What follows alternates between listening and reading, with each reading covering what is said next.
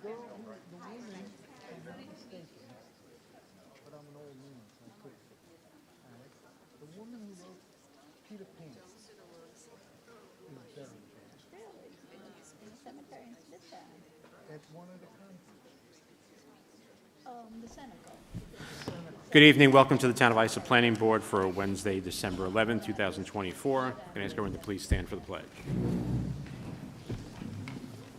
Pledge allegiance to the flag Of the United States of America. and to the republic for which it stands, one nation, under God, indivisible, with liberty and justice for all. Thank you. There are two types of items before us on the agenda this evening. If the item is marked public hearing, I just ask you to please fill out a yellow card if you'd like to speak, and please hand the yellow cards up to us. We'll call you up to speak. If you're an applicant, I just remind you to keep your presentations to 30 minutes, keywords or less. And if you're a member of the community, please keep your comments to 3 minutes. We'll take your questions as you ask them, and we'll come back and answer them at the end of that public hearing. If you're here for item number 2 on the agenda, which is 62 West Main Street Incorporated, that has been adjourned and will not be heard this evening. I also just wanted to welcome our newest board member, Steve Rulin, who's joined us for his first planning board meeting. That being said, first item on the agenda, planning board application, public hearing. I'm going to screw this up. Is it Jihan Group, LLC, PB 2024-024, northwest corner of Union Boulevard, County Route 50 and First Avenue, Bayshore, 1855 Union Boulevard. Applicant requests a planning board special permit for a mixed-use building in the business district pursuant to 68-257.1G. Site plan modifications may also be requested as part of the application. Good evening. Good evening. My name is Salim Ibrahim. I reside at 254-10 Francis Lewis Boulevard, Rosedale, New York, 11442. Good evening, my member. I'm here in regards to the application for the owner.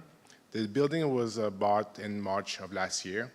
When he bought the building, there was already 2 apartment space above, and the first floor was a commercial.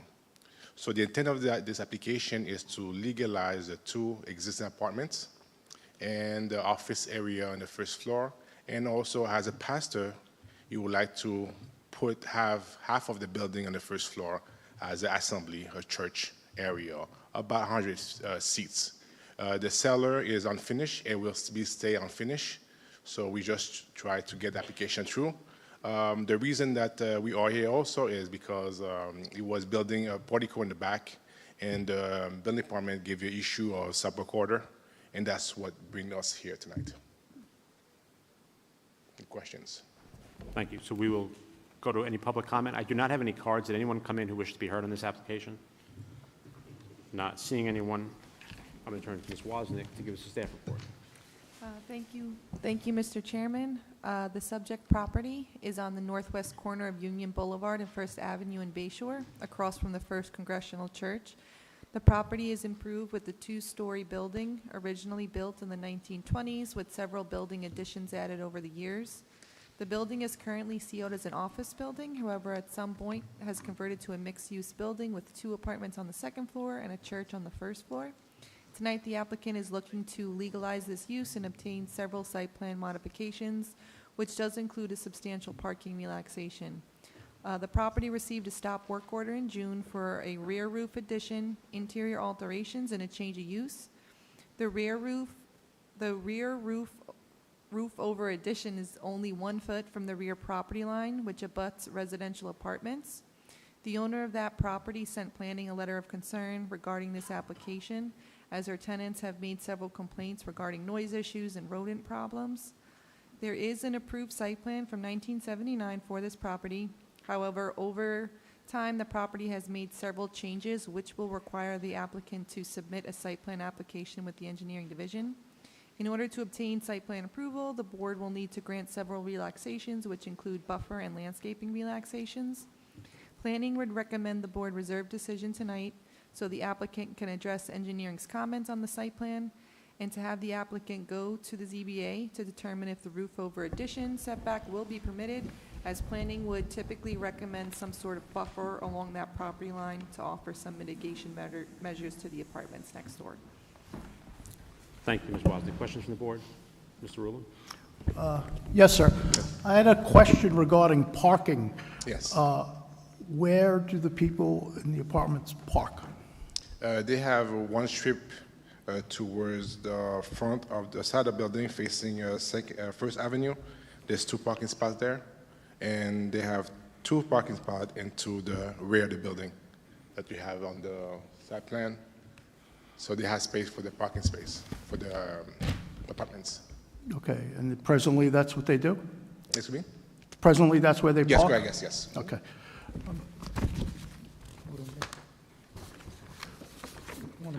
Mr. Rulon has a photo from some parking situations that we'd love, make them part of the record, and he'd like to share them with you to get your comment on that. That's why I went to see you. What? I know. My issue is the parking issue. Okay. I don't know if, I know on the other side of it's a church, right? Yes, but Yeah, this the other is- side of the church, there's parking. Correct, yes. Okay. And looking at the property, it doesn't seem like you could park anywhere on First Avenue, and there's no room on the property to park. Okay. Last visit I went to, there was 2-car park into that strip. There's a strip parking space. There's a curb cut also Okay. Could we show them the picture? on First Street. Could we show them the picture? Yes, please. Yeah. We'll make it part of the record.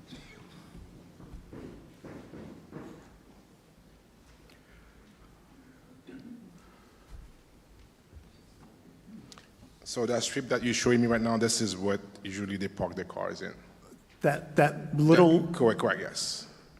that goes into the back? Correct, yes. So when I Okay. went to the measure and verify the site and everything, that's where the 2-car was parked for that area space. Cars could fit in that area? Yes, that's so yeah, 2-car, but I never saw that, Why is there a car on the grass? That's, I don't know. I don't know when the picture was taken, so, but the problem I have is the parking. okay.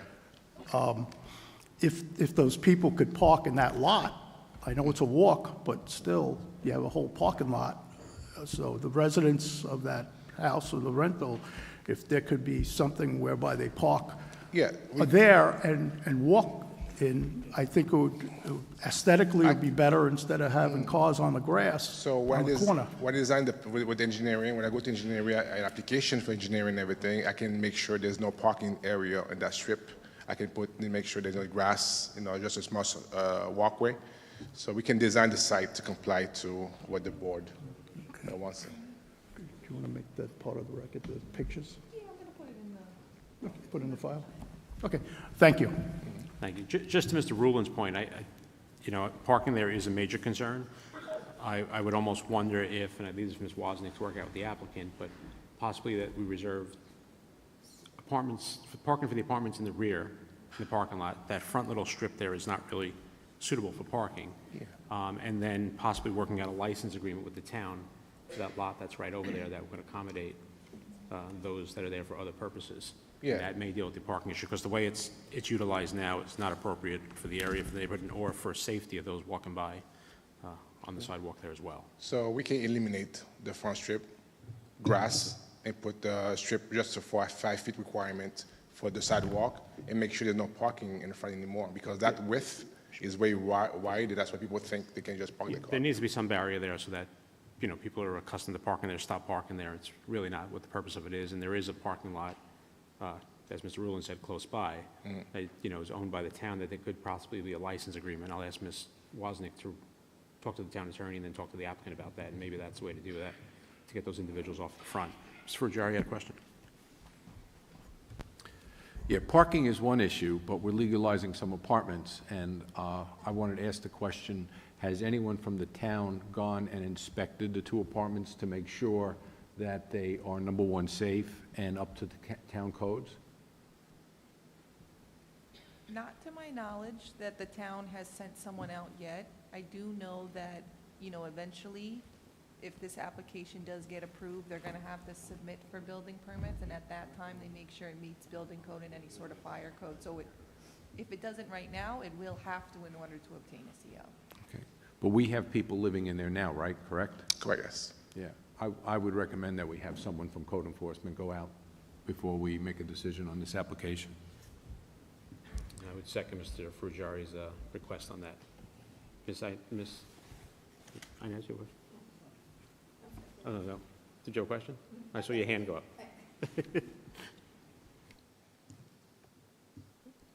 First, I want to, so far away. Can you hear me? Got it? Anyway, can you hear me? Yeah, Okay, so I wanted to know, as far as with the apartment as well, how many bedrooms does each apartment have? Is it just one bedroom each? Two? With the plan, I believe there are only two rooms per apartment. Mike's not on. So it's one bedroom? It's on. It's a one-bedroom apartment? Mexican. Steve will slide these over. I believe it's two bedrooms per Slide to apartment. Inez. See it? How many? Well, I think that one might have the floor plan. Over One of there, them has okay. the floor plan without the copy. Oh, of course. One bedroom. No, it just says it. Okay, doesn't say. Sorry, it's one apartment has two bedrooms, and the other one only have one bedroom. Okay, so it's two and a one bedroom. Correct, yes. You can take it down there. I also have, an issue with the landscaping as far as what's there for the neighbors next door on the side of the apartment. So that's something that once needs to be looked at, because there's not enough landscaping to shield from the other house next door. Or for the buffer, right? It- For the buffer area, correct? Alongside the homes.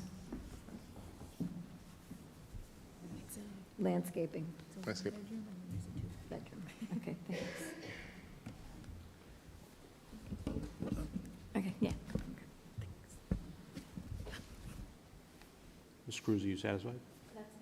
Any further questions from the board? Anything further from the applicant? No, I'm good.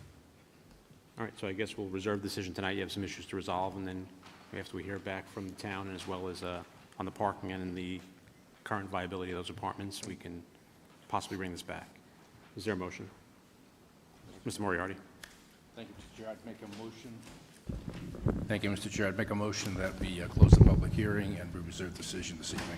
It's a motion by Mr. Moriarty to close the public hearing and reserve decision. Is there a second? Second by Mr. Frugieri. All in favor?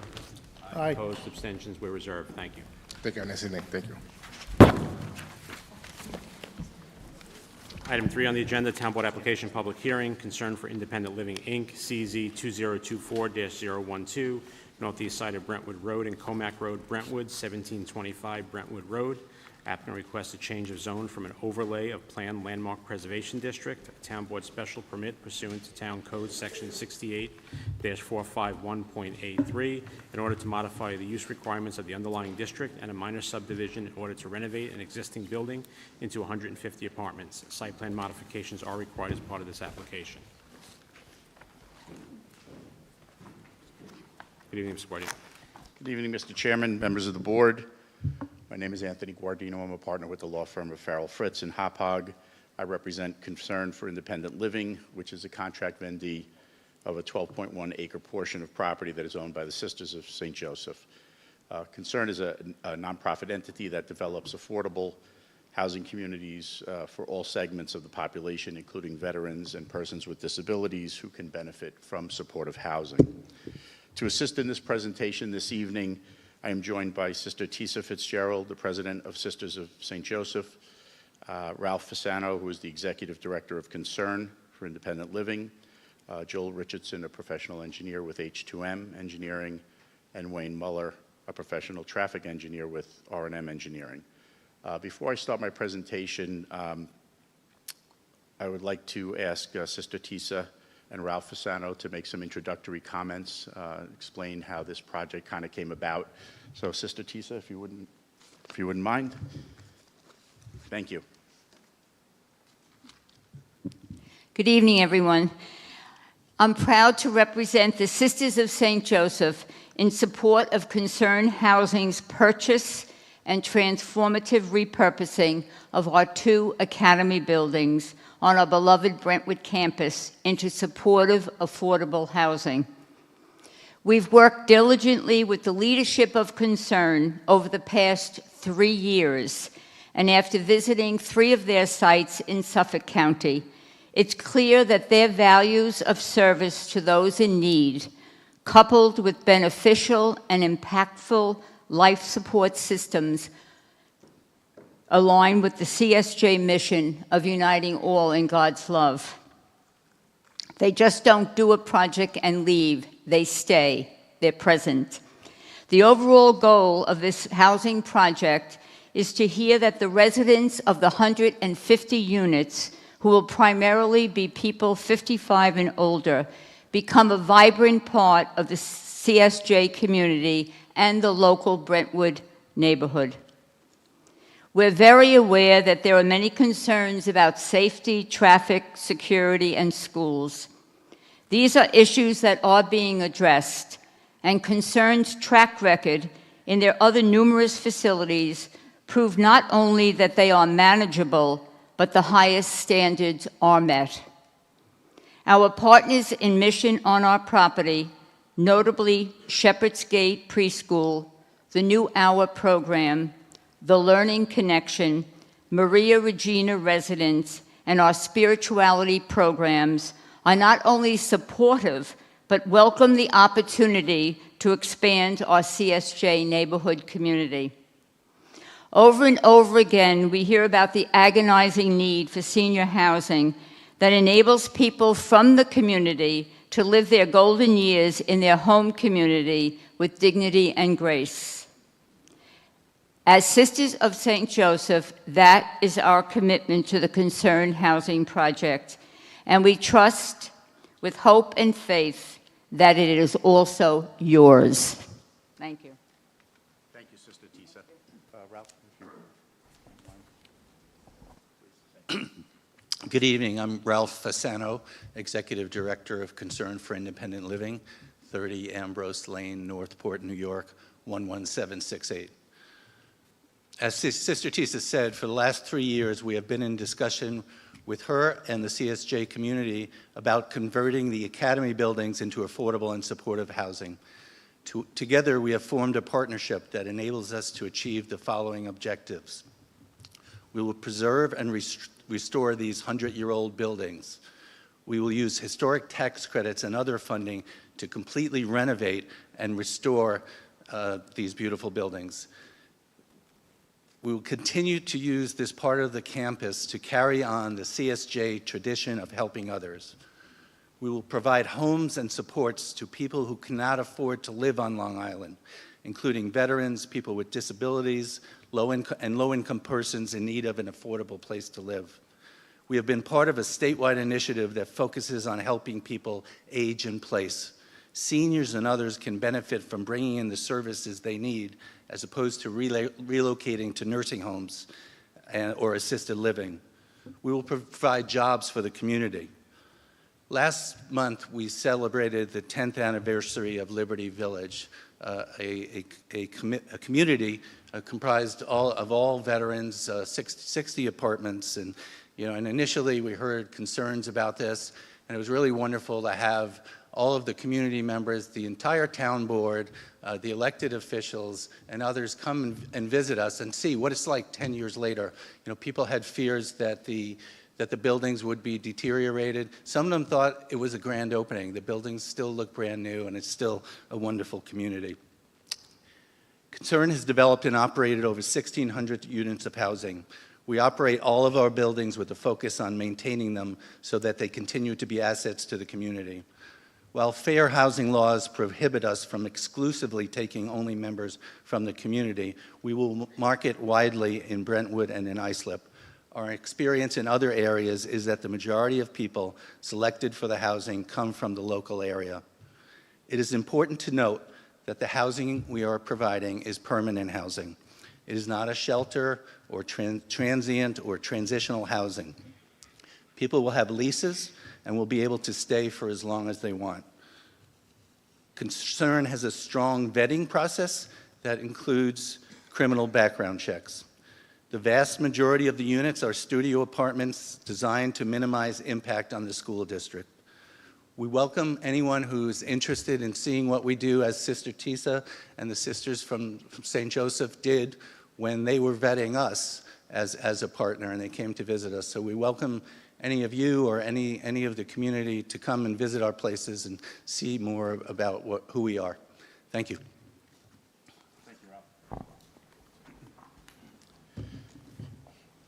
Okay. So Concern and the sisters are seeking, as was mentioned earlier, a change of zone of a portion of the Sisters of St. Joseph campus from Residence AAA district to an overlay of the planned landmark preservation, or the PLP district.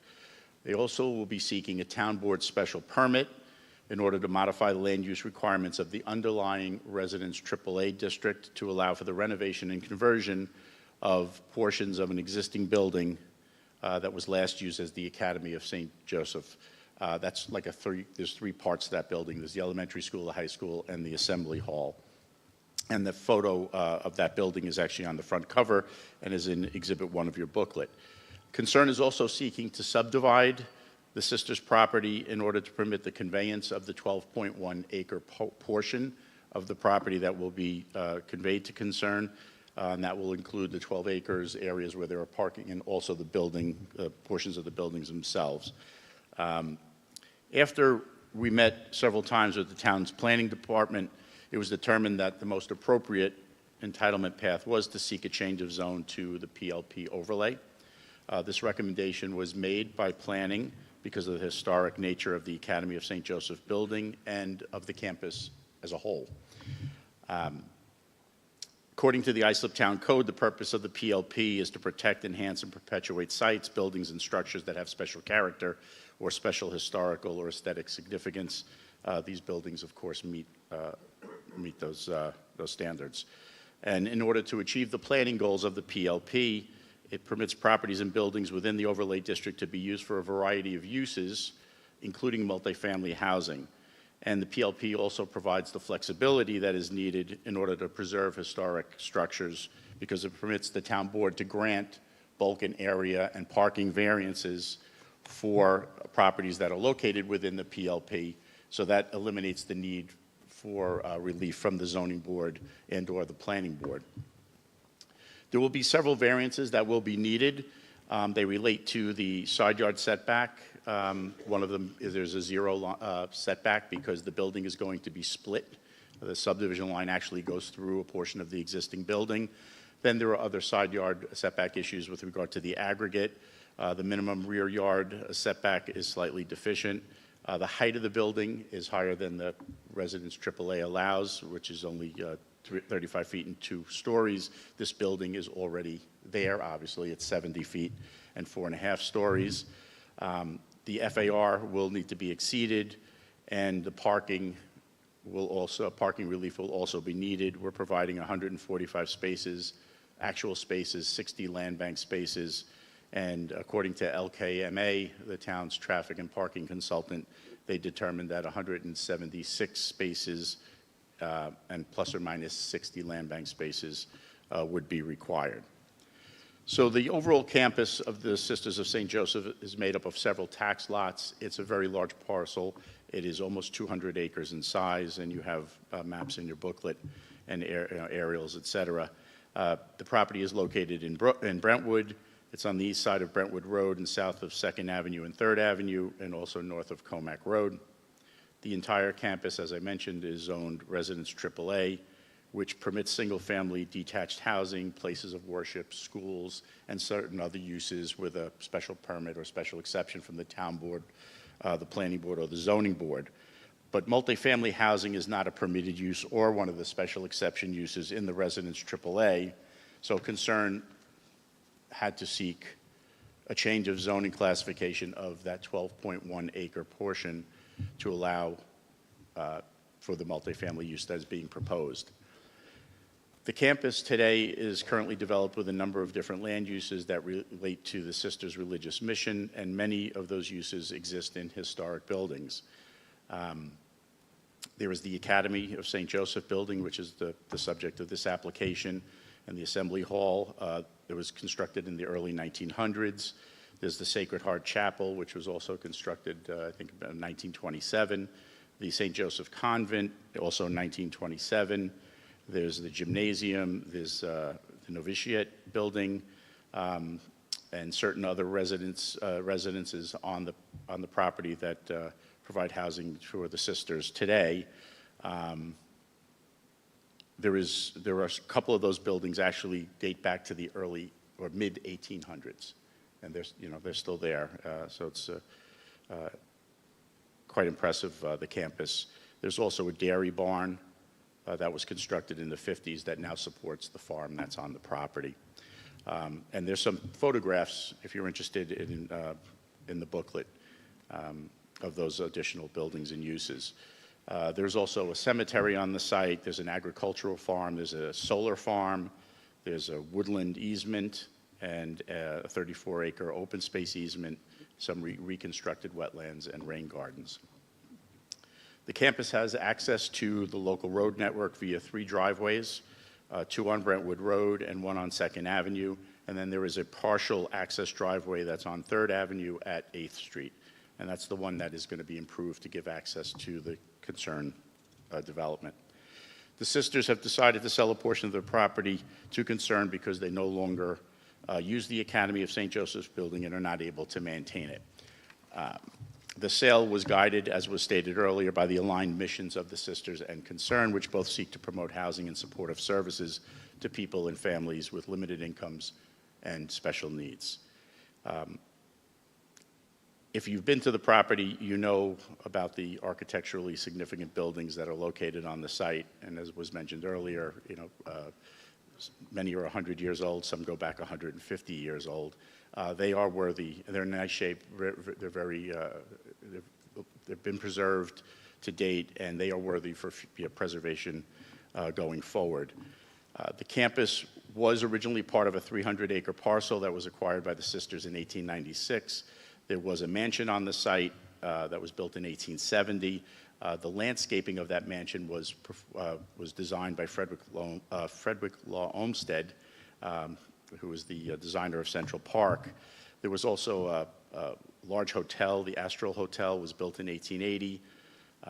And when I was doing some research, I saw that the Society for the Preservation of Long Island Antiquities, which is now known as Preservation Long Island, actually studied the historical and architectural significance of the various buildings located on the campus and submitted building structure inventory forms to the town of Islip, and they're in your booklet at Exhibit 10.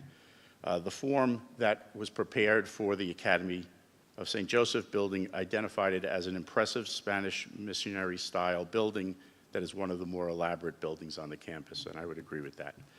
When the sisters made application to the State and National Register of Historic Places to preserve several of the buildings, it was determined that actually the entire campus was worthy and eligible for designation. That campus today, as of 2018, was added to the State and National Register, or registers, I should say. What is being sought is basically a proposal for an adaptive, this is essentially an adaptive reuse project. That's the way I look at this. That will preserve the Academy of St. Joseph building. It will give it a new beneficial purpose, place it in the ownership of Concern, which has the resources needed to preserve the building. Concern is seeking to convert the Academy building into 176 multifamily residential units comprised of 139 studio apartments, 33 one-bedroom apartments, and 4 two-bedroom apartments. 100% of the units will be affordable, and approximately 88 of the units will be used for supportive housing, including some that will be reserved for veterans. All of the new residential units will be constructed internal to the building, or buildings, I should say, in the former school and classroom space that existed. The only new additions that are proposed are a new entry and elevator vestibules that will be designed to blend in with the existing building. And there are elevations in your book at Exhibit 12. The project also includes the construction of a new on-site sewage treatment plant to process wastewater from the new housing units, There will be 145 paved parking spaces and 60 additional land bank spaces that could be built out if and when needed. Right now there are 2 EV charging stations on the site, and the site will be designed with the infrastructure to add more EV charging stations in the future if they are needed. As the traffic engineer, Wayne Muller, is going to testify, the 145 paved parking spaces will be more than sufficient to accommodate the parking demand for this development. The new housing will have direct access to local roadways by way of an improved driveway that head north to 3rd Avenue at 8th Street. And that new driveway will also provide pedestrian access to the nearby Suffolk County Transit bus stop that is located at the intersection of Brentwood Road and 3rd Avenue, as well as to the Brentwood Long Island Railroad Station, which is located just about a half a mile north of the site. There will be internal access between portions of the site, between the portions of the site used for housing and the existing uses on the campus.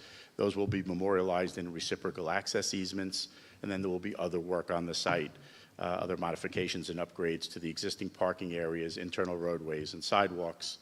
There will be staff on site in the concerned portion of the concerned building 24/7, so there will be eyes and ears monitoring the residences at all times, and this is in addition to the security that the sisters already have on the site. R&M Engineering prepared a traffic impact study in July of 2024 in connection with the application. That study was forwarded to the town's traffic and parking engineers, L.K. McLean, for review and comment. As the board is aware, there were comments issued by L.K. McLean back in November. And R&M is here today and prepared to address those comments tonight. And then, before I wrap up, I just want to mention about consistency with the comprehensive plan, because that's the one standard for a change of zone. Any change of zone has to be consistent with the town's comp plan. So the last comprehensive plan was adopted about 45 years ago in 1979. But one of the 7 goals of that plan was to promote housing which satisfies the needs of Islip citizens. Then there was an update which acknowledged many of the goals of the 79 plan still applied, but that update noted that the plan must evolve over time to respond to current and future challenges and be updated to account for demographic shifts. Among the demographic shifts that are highlighted in that update is the one that indicates that the town's population has become more diversified. And the update also shows that the town's housing mix is disproportionately skewed towards single-family homes. About 76% of the housing stock is single-family homes, and recommends that housing for the diverse segments of new housing for the diverse segments of the population. I noticed that the town is ready to embark on the latest comp plan. I guess they're calling it TOI 360. When I looked at the website, the very first theme listed on the website is housing and the need to ensure a diverse range of housing options. TOI 360 also notes that the housing costs in Islip have risen significantly, causing an economic strain for many residents, and that underscores the need for affordable housing solutions like the one being presented here. The TOI 360 also recommends that the town work with and collaborate with non-for-profits such as the Sisters of St. Joseph and Concern to advance affordable housing solutions. This application and project are consistent both with the PLP's intent to enhance, perpetuate, and use the buildings and structure that have special character and historic and aesthetic interest by considering new and compatible uses of landmarks that are unused. This fits squarely in that. We have an unused landmark and an opportunity to provide housing.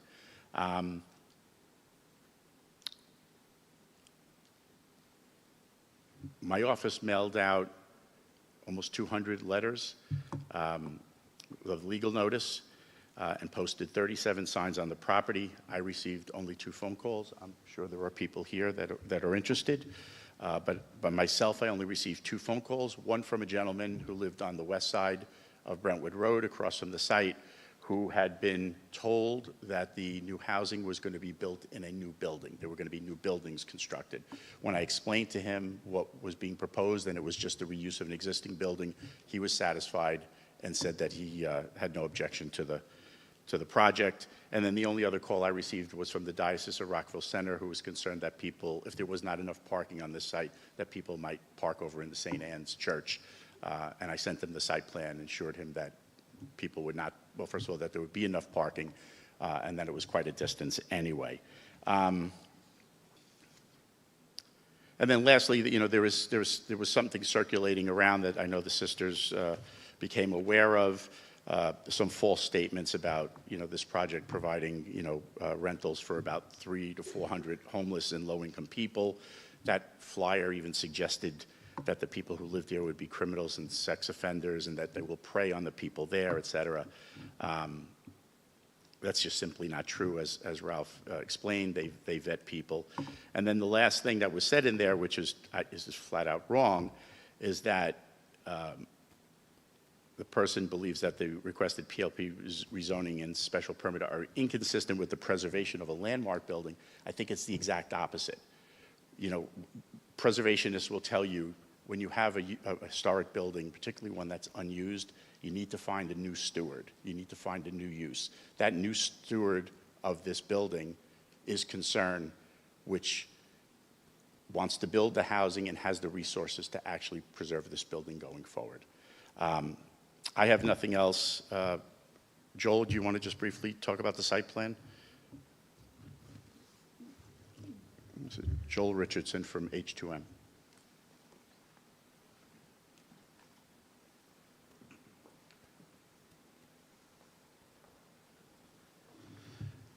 Good evening. As Anthony said, Joel Richardson, H2M Architects and Engineers. I'm the engineer of record for the site plan, change of zone site plan, and the subdivision map for the proposed use of the site. I'll briefly walk through a lot of stuff that Anthony already covered and point out some of the details on the site plan. As Anthony mentioned, the overall property is 200 acres, and the proposal is to carve out about 12 acres for the use for Concern. The shape of the parcel to be created is a little bit of a puzzle piece. It was driven largely by other existing buildings on the campus that the sisters wanted to maintain ownership and control of. So the shape of the parcel was derived to carve out those existing buildings and create the space for the portion of the building that Concern is going to take control over and improve. As Anthony also mentioned, the subdivision line will cut through a portion of the existing larger building, which creates the relief that's being sought. Most significantly, a zero lot line condition where the lot line actually cuts through the existing building.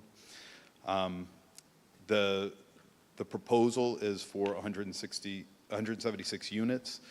In addition to the residential units, there'll be other uses that support the residential uses, such as office space, auditoriums, cafeteria, community rooms, libraries, fitness center, computer rooms, uses like that that will be complementary to the residential uses.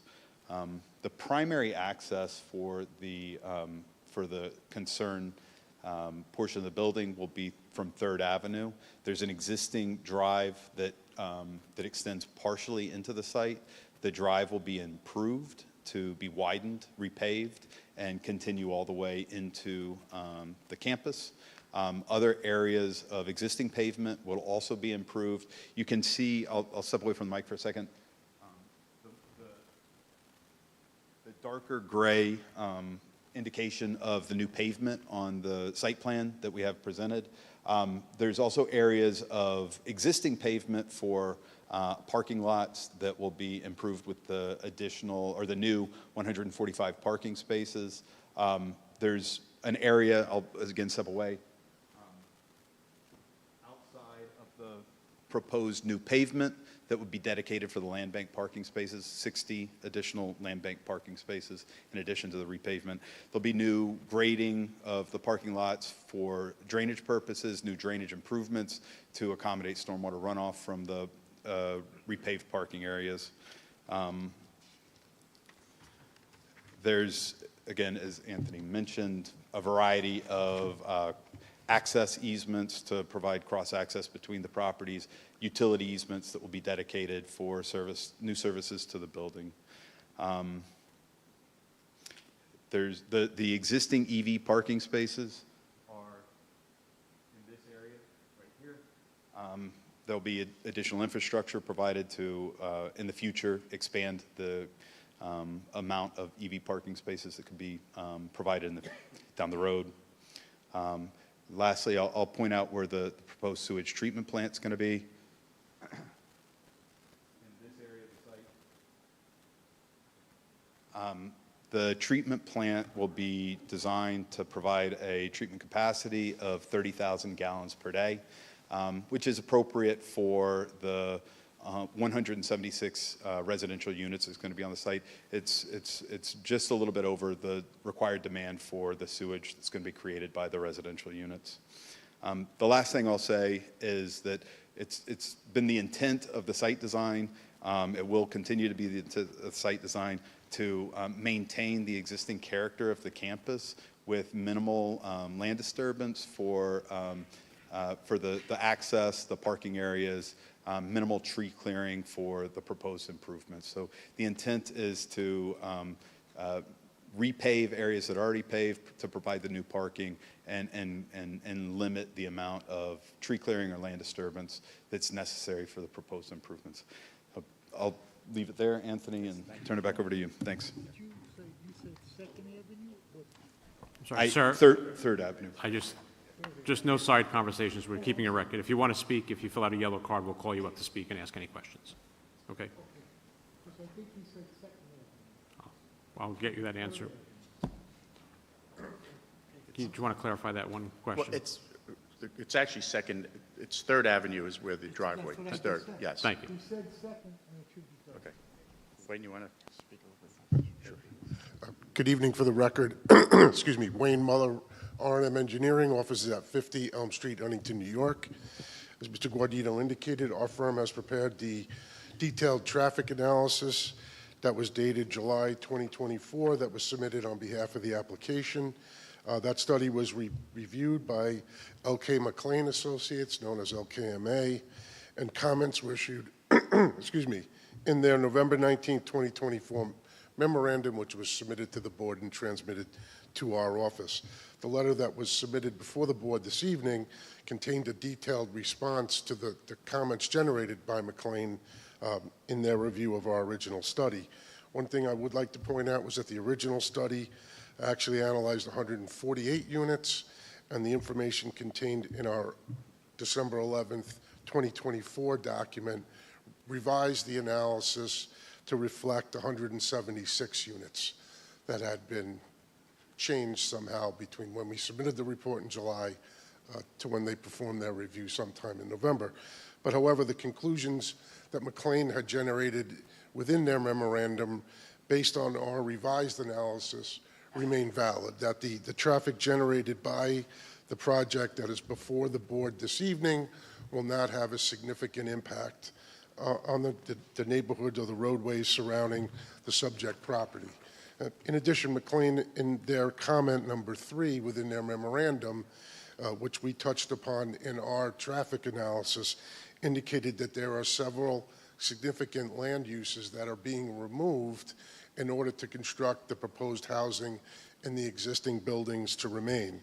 And those uses were Western Suffolk BOCES, which had approximately 625 students that attended the facility, MGQ Academy, which was another school that had approximately 360 students, and then there was an office use that was within the building, which was the SEO Family of Services, that had 113 employees on the property at any given time.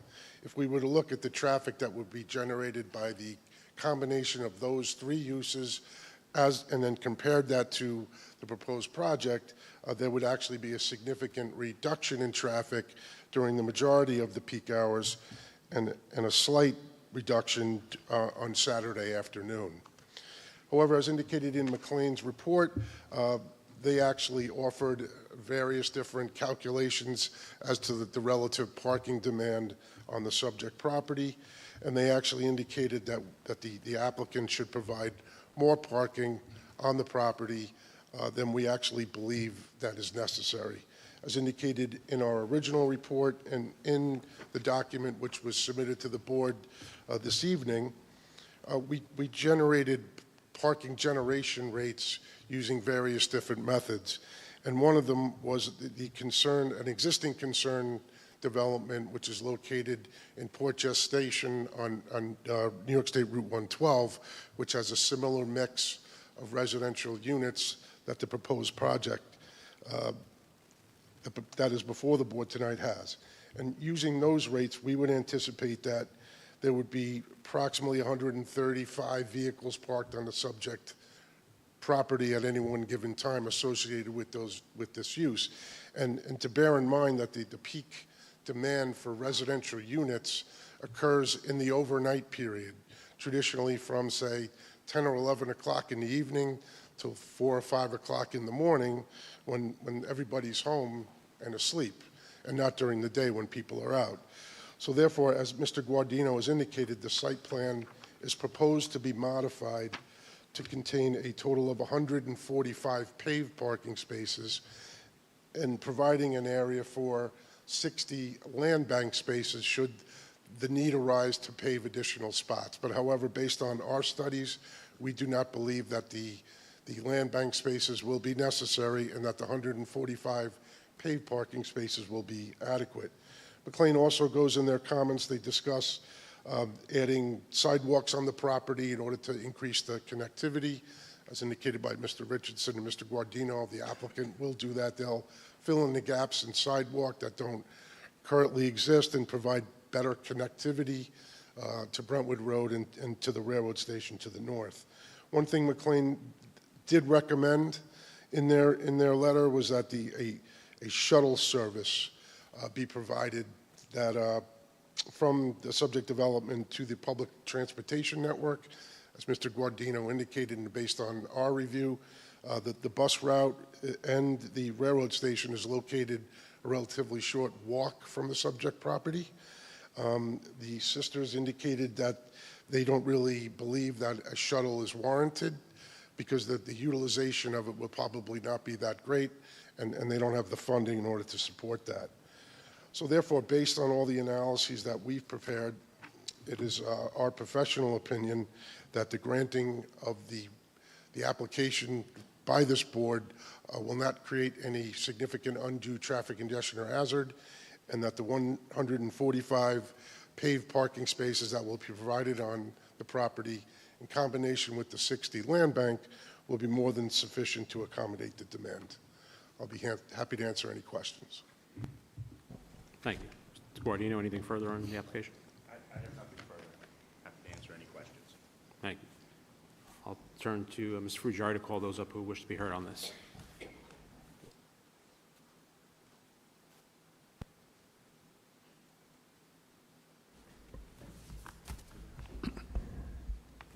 Sister Tessa Fitzgerald? You did? Okay. Just wanted to give you another shot. Andrew Como?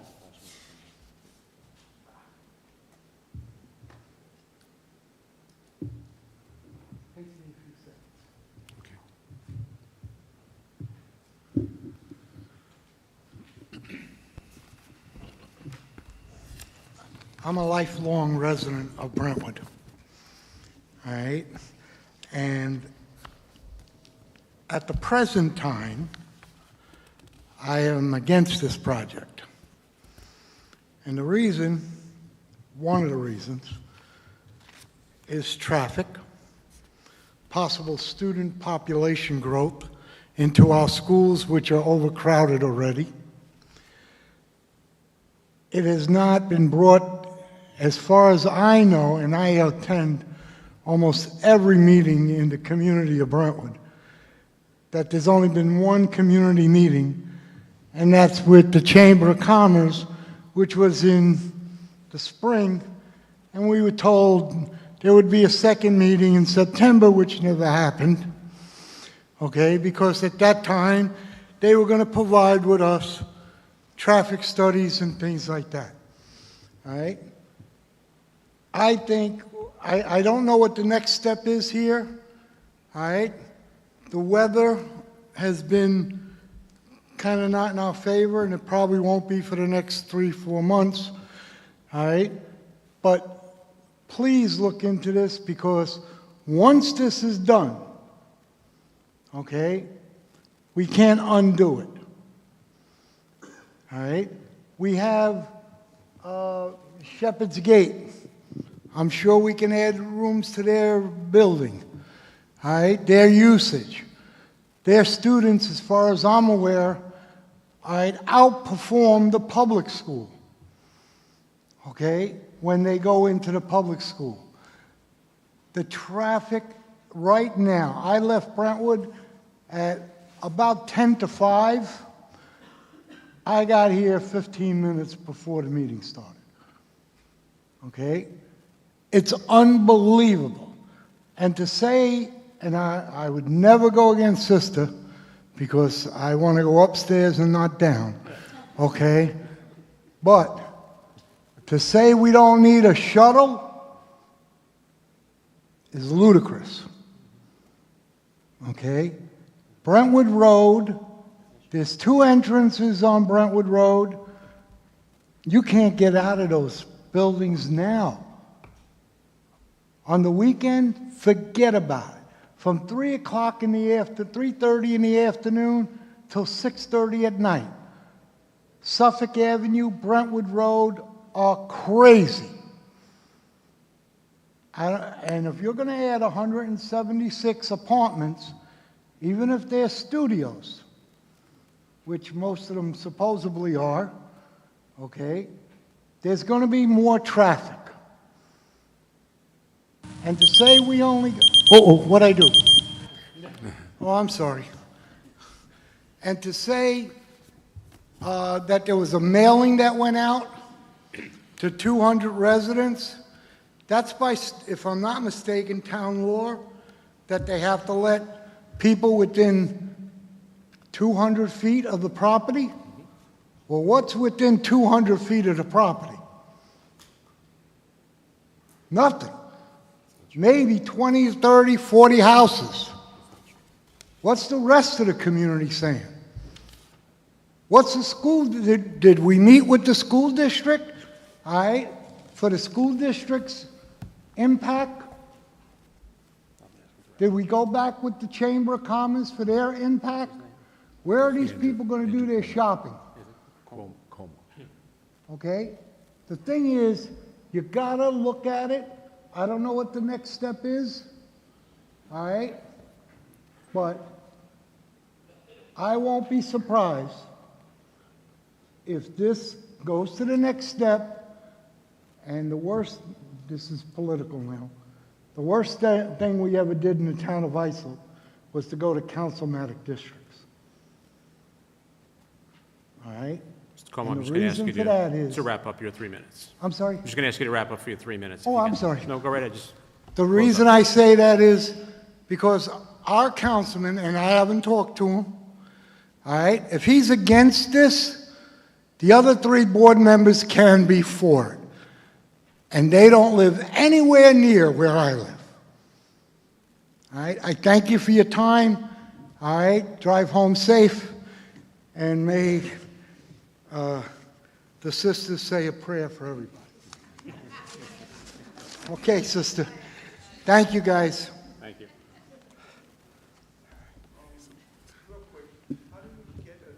Right in the back, if you want to fill one out. Dorina Borksdale?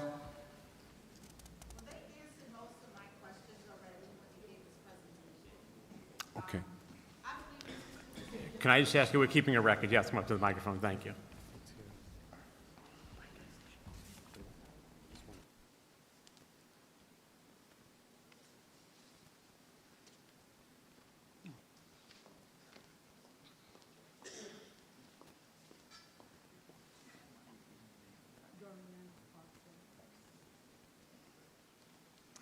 Hi, thank you for the opportunity to speak.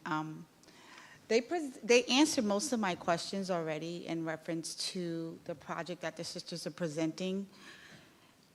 I don't really have to complain because he did it for us. So I believe in the Sisters of St. Joseph. I believe that their heart and the mission of what they want is coming out in preparing a place for people who are less fortunate and for those who are senior citizens to meet the need in that particular community. The only thing I was really concerned about was making sure that the vetting process for those apartments are done correctly. We don't want the wrong element to end up in those apartments and then later on become a problem. So that was my concern. I've lived in Brentwood majority of my life. I was born here, born in Smithtown. So I came out because I heard about it, but I didn't really know a lot of information. After speaking to the sisters today and speaking to Ms. Torres, I think I could be a little bit more at rest and I know exactly how to pray to meet the need of the community. And so that's really my heart and the reason why I'm here. So I was concerned about the homeless issue. That was brought up because that was presented to us that it was going to be for people with disabilities and people who were homeless. It wasn't very clear that it was going to be for people 55 years and older. And a lot of people really don't know the complete details about what was going on with the building. So today you really did answer my questions, and I want to say thank you. Thank you.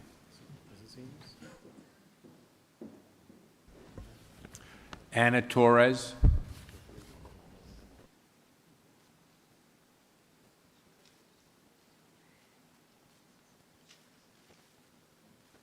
Hi, sweetie. How you doing? Good, thank you. Okay, my name is Anna Torres, and I'm the director of Shepherd's Gate. Thank you, Andy, for your kind words. I didn't know you were here. I would've made it even longer.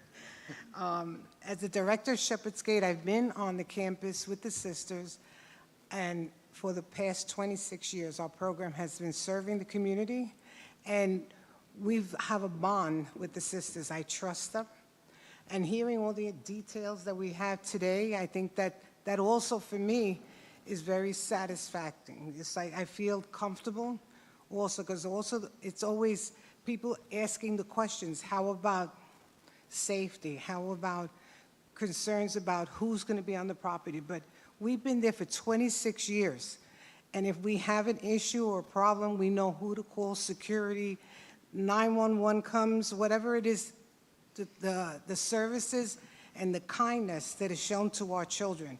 Our program is there 12 months a year.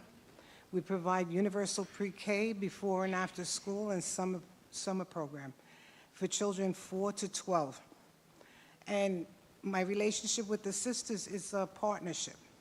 And I trust them, and I trust concern. Thank you. That's all I can say. Thank you. Brendel Padilla.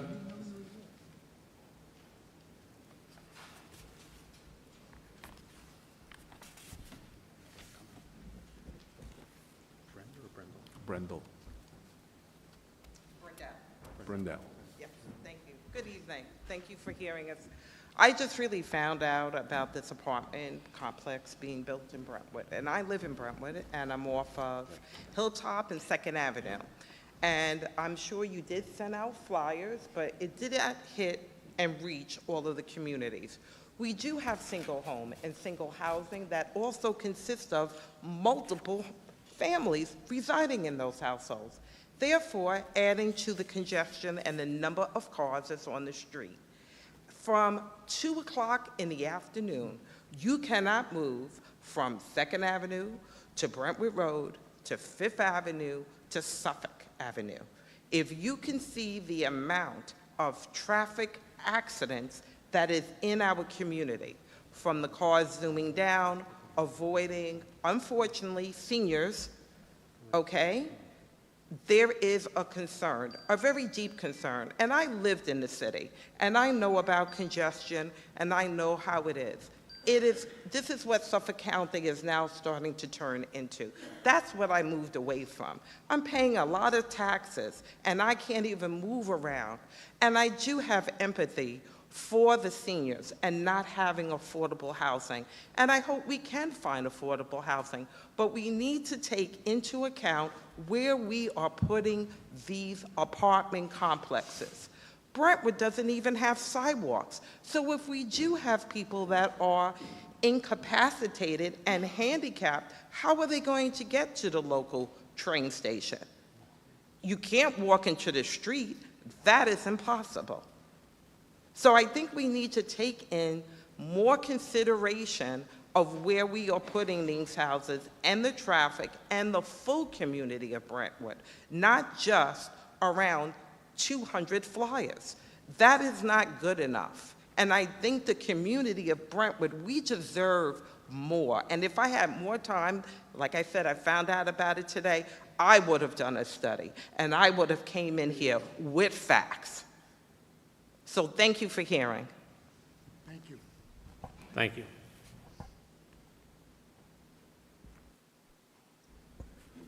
Manny Touche.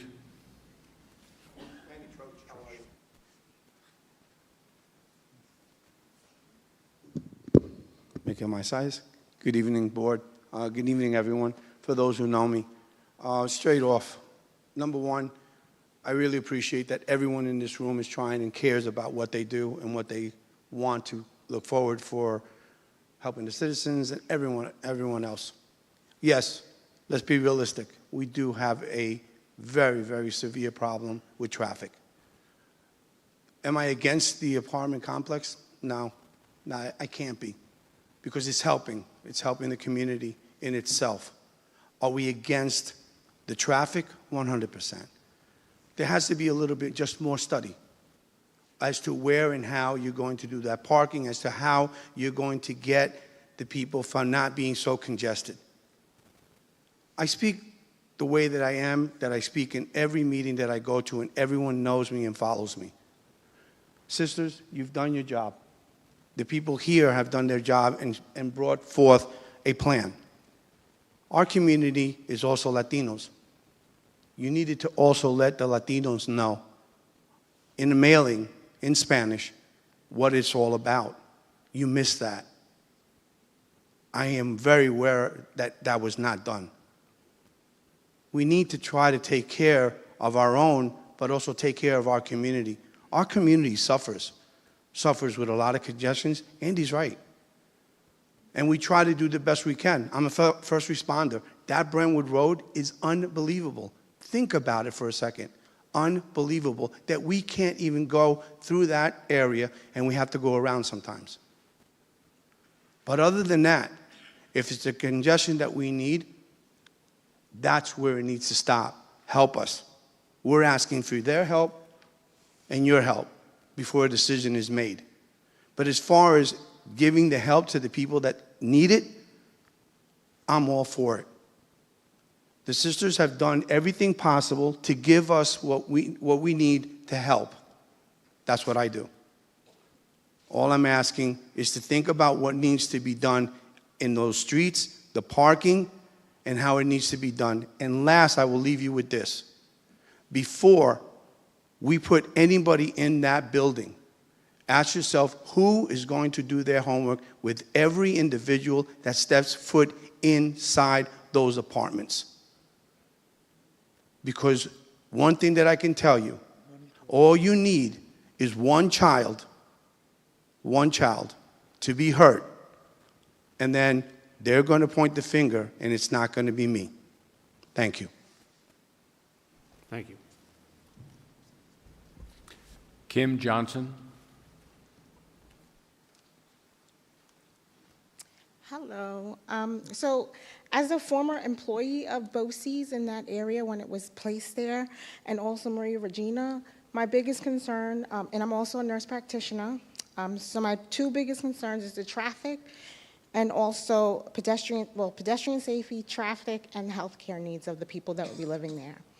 So first of all, the traffic on Brentwood Road is horrendous, as we all know. I've been in the district since I was a child, so over 30-something years. My parents have been here since the 70s, and traffic has not been any better since before I was even born. So To add more traffic to that, during BOCES times from 2015 to 2019, 2020, traffic was always horrendous, and I still take that area, and trying to get during school times from 2 anywhere to about 6 o'clock is bumper to bumper traffic. It's worse than New York City traffic. I don't know what studies they did that said it was not going to make a significant impact, but also consumerfed.org shows that our insurance rates are actually higher and our liability is higher.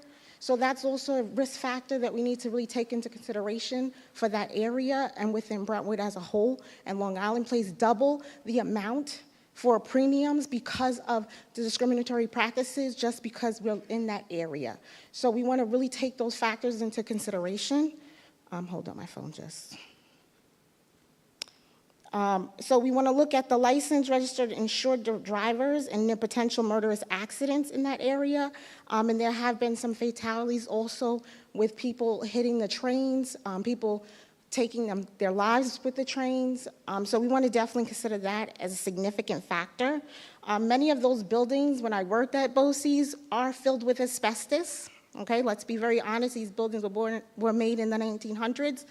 That has to be factored in significantly when reconstructing or any type of movement with those buildings. So we want to make sure that that's also addressed, and that's a significant health factor risk.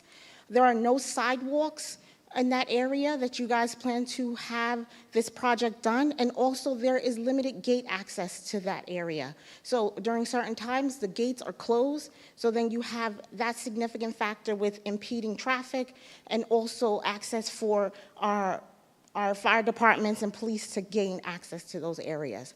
So those are some of the factors that I definitely want you guys to look at that create a liability for a company as a whole, for the town, and for the people that live in the neighborhood. Also, with those apartments have low-income renters or anyone, I believe the best thing would be to have ideas of doing possible rent-to-own. That would improve our tax revenue for the town instead of just having rentals. We want to definitely consider those facts. Can I say anything else? Go ahead, you can continue. Okay. Just wrap up. And then just really understand that there's going to be a big impact for the town. We want to make sure that we get the best benefit out of this project as a town as a whole, not just for Brentwood, but for the town of Islip in general. And we want to try to minimize accidents and risk. So I did some research, but I didn't have a lot of time. I only found out this the other day. So those are some of the things. And then for healthcare-wise, as a nurse practitioner, we have a lot of carbon emission pollution in that area, with thousands of our residents seeking mental health services, which we have limited availability of providers in the area. The mental health clinic alone already is overcrowded, and those are some of the significant factors that we need to consider, along with the school factors, because many of our older adults do have grandchildren that they care for. Thank you.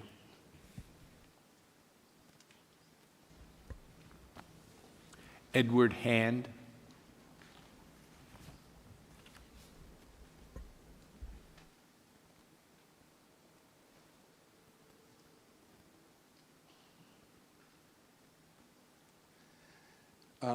Traffic's pretty much been touched. Suffolk Avenue was supposed to go through the Deer Park in the 80s, but the economy went belly up and it was never done. Suffolk Avenue's gone from 4 to 3 to 2 to 3 lanes to now it's got a quad lane. Second Avenue is backed up to American every afternoon. Brentwood Road is backed up to Comac most of the day. I tell my wife it must be Easter or Christmas the way the traffic is. Fifth Avenue should have got a bridge with the second track. 111 should have got a bridge with the second track. And that would definitely alleviate a lot of traffic on Brentwood Road, 2nd Avenue, 3rd Avenue. The sewers. Now I know things change every election year, but my understanding was the county was not too keen about independent sewage plants because they didn't want to inherit them and have the bill to renovate them. So I'm confused about that. Now, the other thing is they got their sales tax increase, so they're planning to sneak a sewage line up Comac Road and up American Boulevard for Knoll Farms, et cetera, which plays into the bottom line. It's not this project in particular, it's all the other projects and how it all comes together. You know, we start here with St. Joseph, you got Knoll Farms, the county's been looking to develop the train station parking lot. What do you call it? They're already, I believe they approved 9,000 apartments for, over at Pilgrim. You know, all this stuff plays together. And the engineer, the engineers know there's a way where you come up with a tipping point. You know, you could say, well, it's only a few more cars, it's only a little bit more water. But the difference between flow and no flow, there's like a magic number. And I think we passed those magic numbers already. Thank you very much. Thank you. Those are all the cards we have. Did anybody who come in late wish to be heard on this application? Not seeing anyone, I'm going to turn to Mr. Colgan for a staff report. Thank you, Mr. Chairman, members of the board. As stated by the applicant, this application proposes 176 affordable apartments on a multi-use property owned by the Sisters of St. Joseph, which includes a variety of religious, educational, and agricultural uses. Prior to this, the property was the subject of a change of zone and subdivision for the assisted living facility back in 2021. Historically, the property has been used for a convent and schooling, among other uses. The current proposal tonight is to add the Planned Landmark Preservation District as an overlay on the property, which would permit the apartment use. The intent of the PLP is to protect, enhance, and use buildings, structures, and other objects having a special character or a special historical or aesthetic interest or value. If this application is granted, the applicant could receive permission from the town board to allow the property to be used for multifamily, while ceding to the planning board control over the external appearances of the building and overall site where the PLP boundaries would extend. The town records indicate that the structures were constructed around 1930 and earlier and have been inventoried by the town for having historical and architectural importance. The applicant has submitted testimony that these structures were built between 1901 and 1913. The property is included in the Brentwood Historic District, and the grounds were previously designed by Frederick Law Olmsted, the renowned landscape architect who designed New York City Central Park. A traffic study was submitted and reviewed by the town's traffic consultant. Comments on the study include increasing the number of land bank parking spaces, providing robust internal pedestrian connections to the external roadway network, and considering a shuttle service to accommodate residents who cannot otherwise walk to goods, services, and public transit. This would further mitigate concerns regarding the traffic generation. Based on the modifications that the applicant has made to the application, the proposal, and the revised traffic report, the staff would recommend that the board reserve decision tonight to review these new items as well as any concerns raised tonight by the public and the board. Thank you. Mr. Guardino, can I just get clarification on one thing? There was a lot of talk tonight, I didn't see this part of the application, as I keep hearing senior housing. Is this a senior housing project as well, or there is no restrictions on age? As far as I know, there's no restriction. Okay, That was I've news heard to that me as well. A lot from Yes. your side as well as from the Yes. community. So, I mean, from my perspective, I mean, it's a nice application in terms of it helps those in the community that need help. In terms of parking, the preservation of the buildings, it's a great project. But then I come to a hard stop, and I come to a hard stop because, one, traffic. Brentwood Road and that area has a significant traffic problem. I know your traffic consultant, it won't add much to the roadway. I've never met an applicant's traffic consultant who's told me there'd be a problem with any traffic anywhere. That being said, I'd like to hear your consultant's understanding of what he thinks the current roadway can currently handle without even your project being there. Do you think that the current roadway structure is sufficient for the traffic that's on it today, outside of what your project's going to add to it? Then we can talk about what it adds to it. I would like an opinion on that. Sure. So before I ask Wayne, though, to come up here, I do want to point out, your commentary about the applicant's traffic person, but and we have a report in here from your traffic person. Any, you know, and I've argued this at every, yeah. Every time there's an application before us, the answer is from everyone that the traffic is fine. Okay.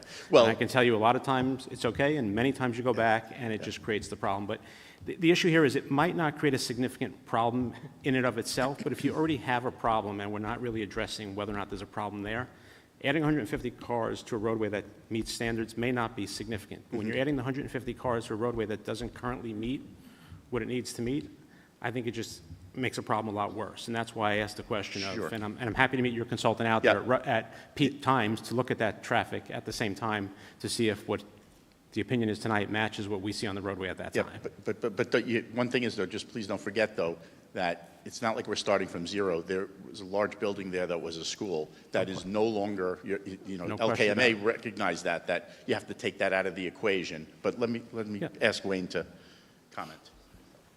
Yeah, I believe, as I indicated previously, we did prepare a very detailed study of the traffic on Brentwood Road and in the surrounding areas. And what we found was that during certain timeframes, primarily when the train is either in the station or traveling past Brentwood Road, that traffic on Brentwood Road does back up. And when the train clears, or if there's a train in the station, it stays there for a little bit longer, and then the traffic on Brentwood Road does clear. But as I indicated in my testimony, and based on the information presented by the town's own consultant, that there were uses in these buildings that did generate traffic. And from a purely theoretical perspective, looking at those uses and comparing them to what the applicant is proposing here this evening, there would actually be a net loss in traffic. So we'd be taking traffic off the roadways rather than adding to it.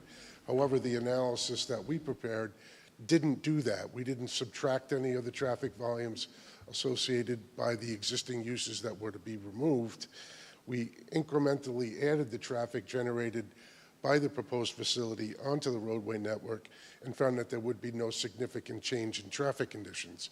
My report does not say that traffic conditions on Brentwood Road are ideal. Obviously, my review of the area, driving around, looking at it, there are certain timeframes when it is very challenging. And I do agree with that.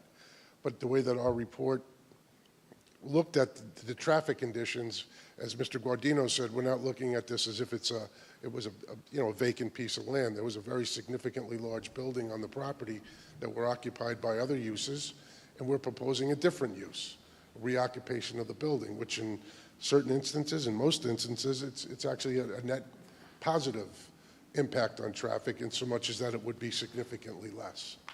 What is the current use of that building? Right now, the building is vacant. When was the last time it was used? I believe earlier this year, correct? Yeah, June. Everything vacated in June. And it was used as what? There was a school, and there were offices. And do you have the traffic that was generated as a result of that school and that office? That information is contained within our report. We didn't specifically separate it all out by the individual uses because there are other uses on the property that are still remaining. Mr. Ruggieri.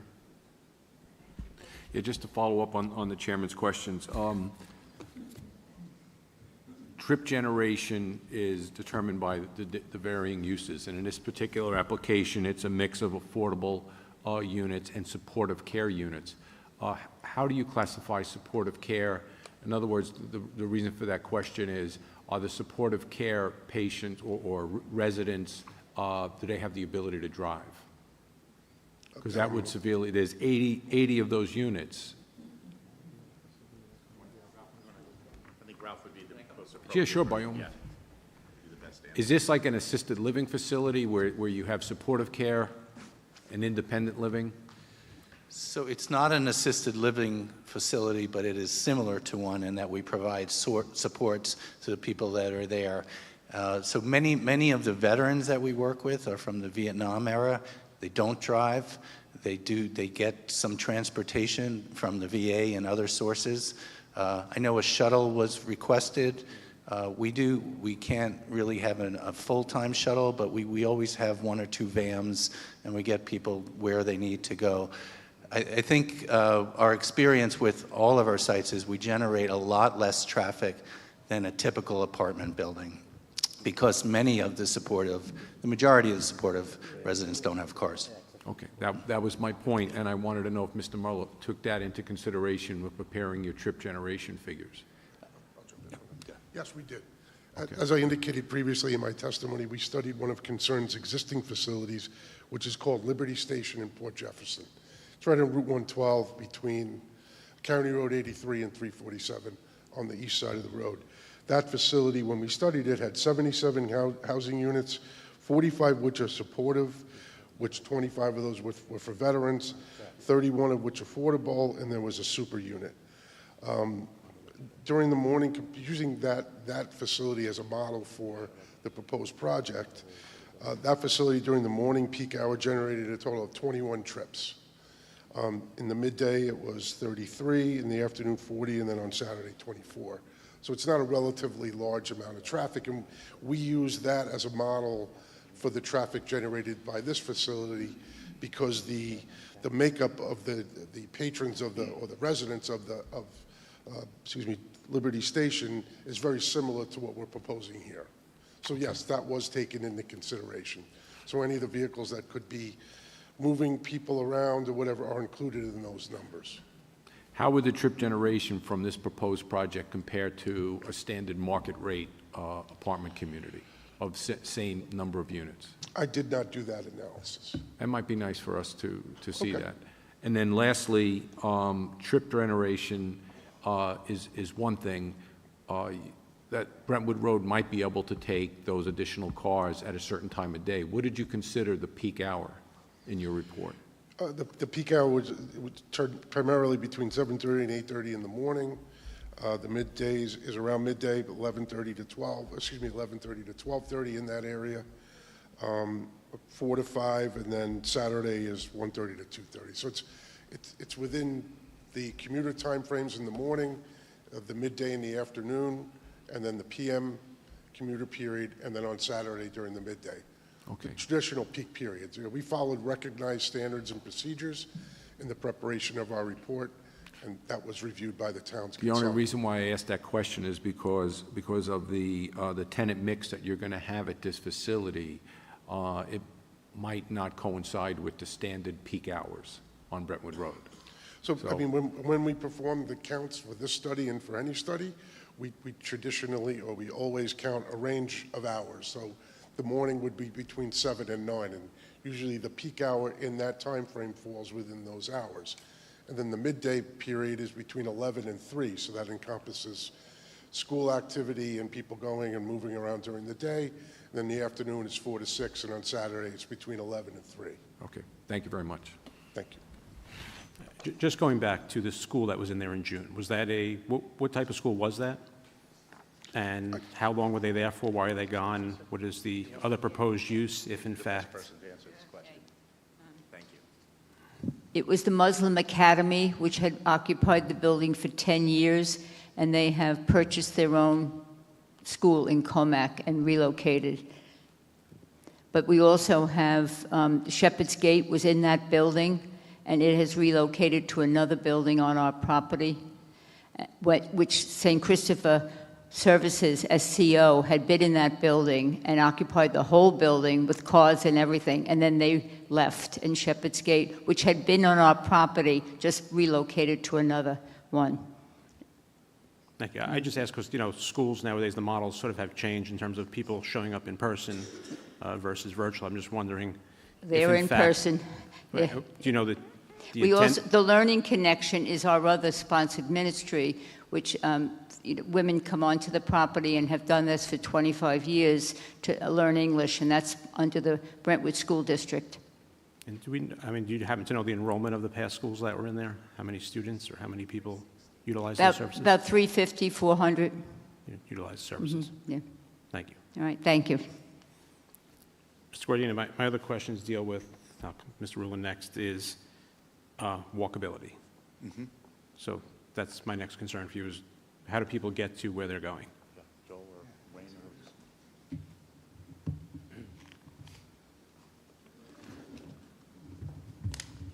my stuff out of the way here, I'm sorry.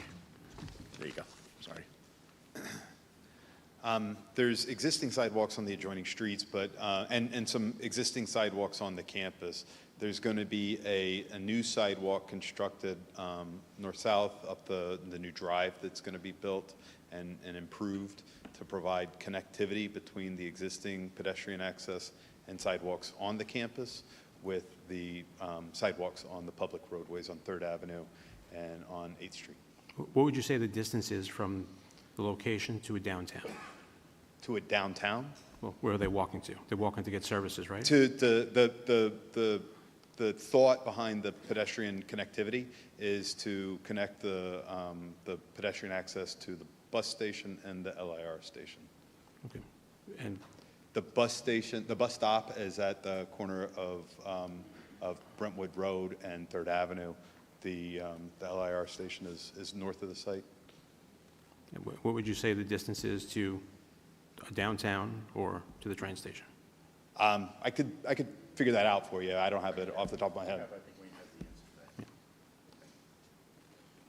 The distance to the train station is approximately 0.55 miles from the units themselves, due north. Then there's a pedestrian bridge over the railroad. And what would you say the condition is of the sidewalks that are off your property if people in there with disabilities were to utilize those sidewalks in a wheelchair or something like that to get to those locations? I didn't do that investigation. So my concern and why I'm raising these questions is, we're going to multifamily housing and the rest versus a AAA district is the walkability, right? We consider walkability to a downtown or walkability to go somewhere. I'm concerned about the distance for the walkability. It's not truly walkable. And then my other concern just becomes the condition. Just while you were speaking, I was looking at some of the aerials of some of the sidewalk conditions, and individuals with disabilities, if somebody's in a wheelchair, your new sidewalk may be perfect, but when they get to some of the adjoining properties, I wonder if they have to then navigate out into the street because the condition of those sidewalks. I'm not sure of the condition of the town sidewalks in those areas. I'm telling you the condition of them is not good, and we're putting people out into a street. Yeah, I mean, that's really a global town issue, I guess. Right, but you're asking us to approve something that's outside the typical walkability to a downtown. So we would have to consider, or you should actually, look at that and to consider if you're asking us to go above and beyond typical walkability, what the condition is to get those individuals there. And that's the reason I raise it. To put people in a situation where they're landlocked in there and can't get anywhere. Because I also heard you say that there was going to be no shuttle bus to get people out. So you're going to require people then to navigate to get to different locations to get somewhere. Again, with the number of units, a full-time shuttle bus wouldn't, 99% of the time, be sitting there with nobody in it. I don't disagree with the number of units.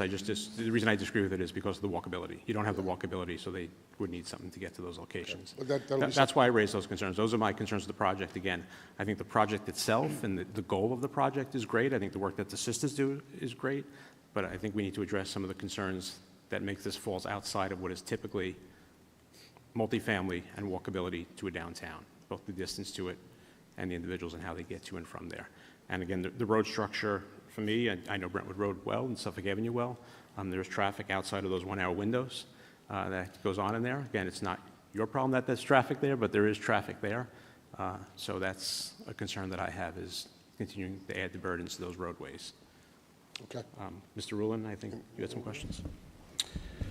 Mr. Guardino? There was 176 units. I believe you said 139 studios, but I couldn't really hear the other parts. I'm sorry, 33 one-bedroom and 4 two-bedroom units. About 80% of the units would be studios. Okay, now, you said it would be 55 and over. No, I did not say that. I heard that tonight. I did not say that. Yeah. Well, what is it then? It's not.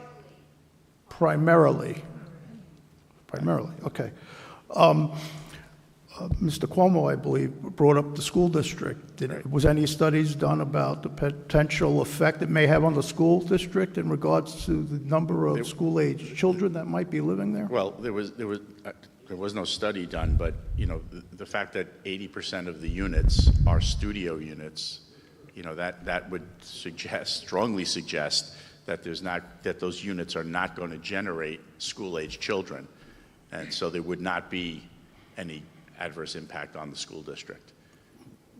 You know, that's a significant percentage of studios. You know, if it was the opposite and there were mostly 2 bedrooms or 1 bedrooms, I would agree with his statement, but it's just not going to happen with studios. I don't believe. I've But seen, we'll look at it. I've seen otherwise, and Yeah, we'll look at that. the other thing is, you mentioned veterans, but you kind of answered my question when you said primarily 55 and over. I was going to ask you whether you'd consider veterans under that age to be able to live there. Well, that's going to be a concern, but I think you heard Mr. Fasano just say that most of the veterans are Vietnam-era veterans, so they're over 55. Okay. Another thing, with that type of facility, would there be any amenities outside, a pool or anything like that, or just the apartments and that's it? It's a conversion, it's an adaptive reuse of an existing building. Okay. But there'll be some type of medical unit or something on site for these people? I think somebody mentioned something about that. So there's no medical facility on site, though, but we will have nurses, maybe nurse practitioners, who can coordinate people's care. And just a thing about the senior, non-senior, as I said in my presentation, we've been focusing a lot on people aging in place. And what we've noticed is, in the supportive housing world, like the Vietnam veterans, like others, people are getting older. They have medical conditions, and our goal is to keep them in housing, in their own apartments, bring in the services, whether we're providing them. There's no medical services that we provide. We may have a nurse practitioner coordinate the treatment that somebody gets elsewhere, case managers that coordinate transportation to services that they need, and a general wellness program, throughout the residence that focuses on residents' health.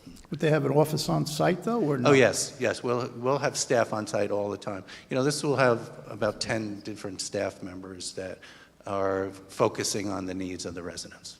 Okay. Just to follow up Mr. Rulin's question, does supportive care, is it regulated by the state like assisted living is? Do they require a certain amount of staffing or nurses per resident or type? It's not regulated like the health department regulates, but there are standards. There are standards for how often we visit people, the type of care that we provide, and we are monitored on an annual basis, at least an annual basis, by the state. By the state. But there are no standards in terms of number of, you said, nurses or social workers per resident or anything like that? There's not with that. Ralph, if you wouldn't mind, could you answer the gentleman's question about the school-age children based on your other developments? Right. So we in our other developments where we have studios, we really do not generate school-age children. And I know some people have said, well, how do you know, like, who is living in an apartment? We know because there's one entrance. It's staffed 24 hours a day, 7 days a week. We know we're in the apartments, particularly the supportive apartments. So we know who lives there, and we really can control that. I mean, on the other side of it, so we have 4 2-bedrooms. We're hoping that there's some kids. I think in terms of impact on the school district, as I said during my presentation, we hope that a lot of people who currently live in the district apply for it. And so oftentimes that's been our experience, where people who live in the locality can't afford housing or doubled up in basements, in illegal apartments, have an opportunity now to live in an apartment. And so many times that person, maybe with some kids, is already in the school district. Would where they live be a big consideration on whether they get one of these apartments, the Brentwood area? So fair housing does not allow us to, say, well, only somebody from Brentwood would be there. But as I said, we try to focus this. We realize that that's a priority for neighborhoods where we locate, and we try to focus on marketing as much as possible to the community. And we find that that's where a lot of our applications come from. Okay. Thank you. Thank you. Before we finish this, Yes, I'd just go like to ahead. bring up one point, which is in my letter, but I'd just like to say it for the record, is that the residents of the facility, they'll be eligible for the Suffolk County Assisted Transit, or SCAT, program.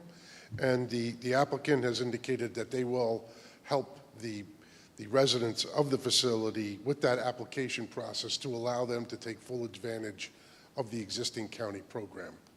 And that will tend to theoretically act as the shuttle to move people around to Right, various but, I mean, that would different serve, that would be the case for anyone who's seeking to put this type of housing outside of a downtown area that exceeds that. I'm just wondering if you're adding something that makes me consider it differently. Anybody can say that SCAT's available to our residents, therefore we're putting multifamily housing in a AAA district.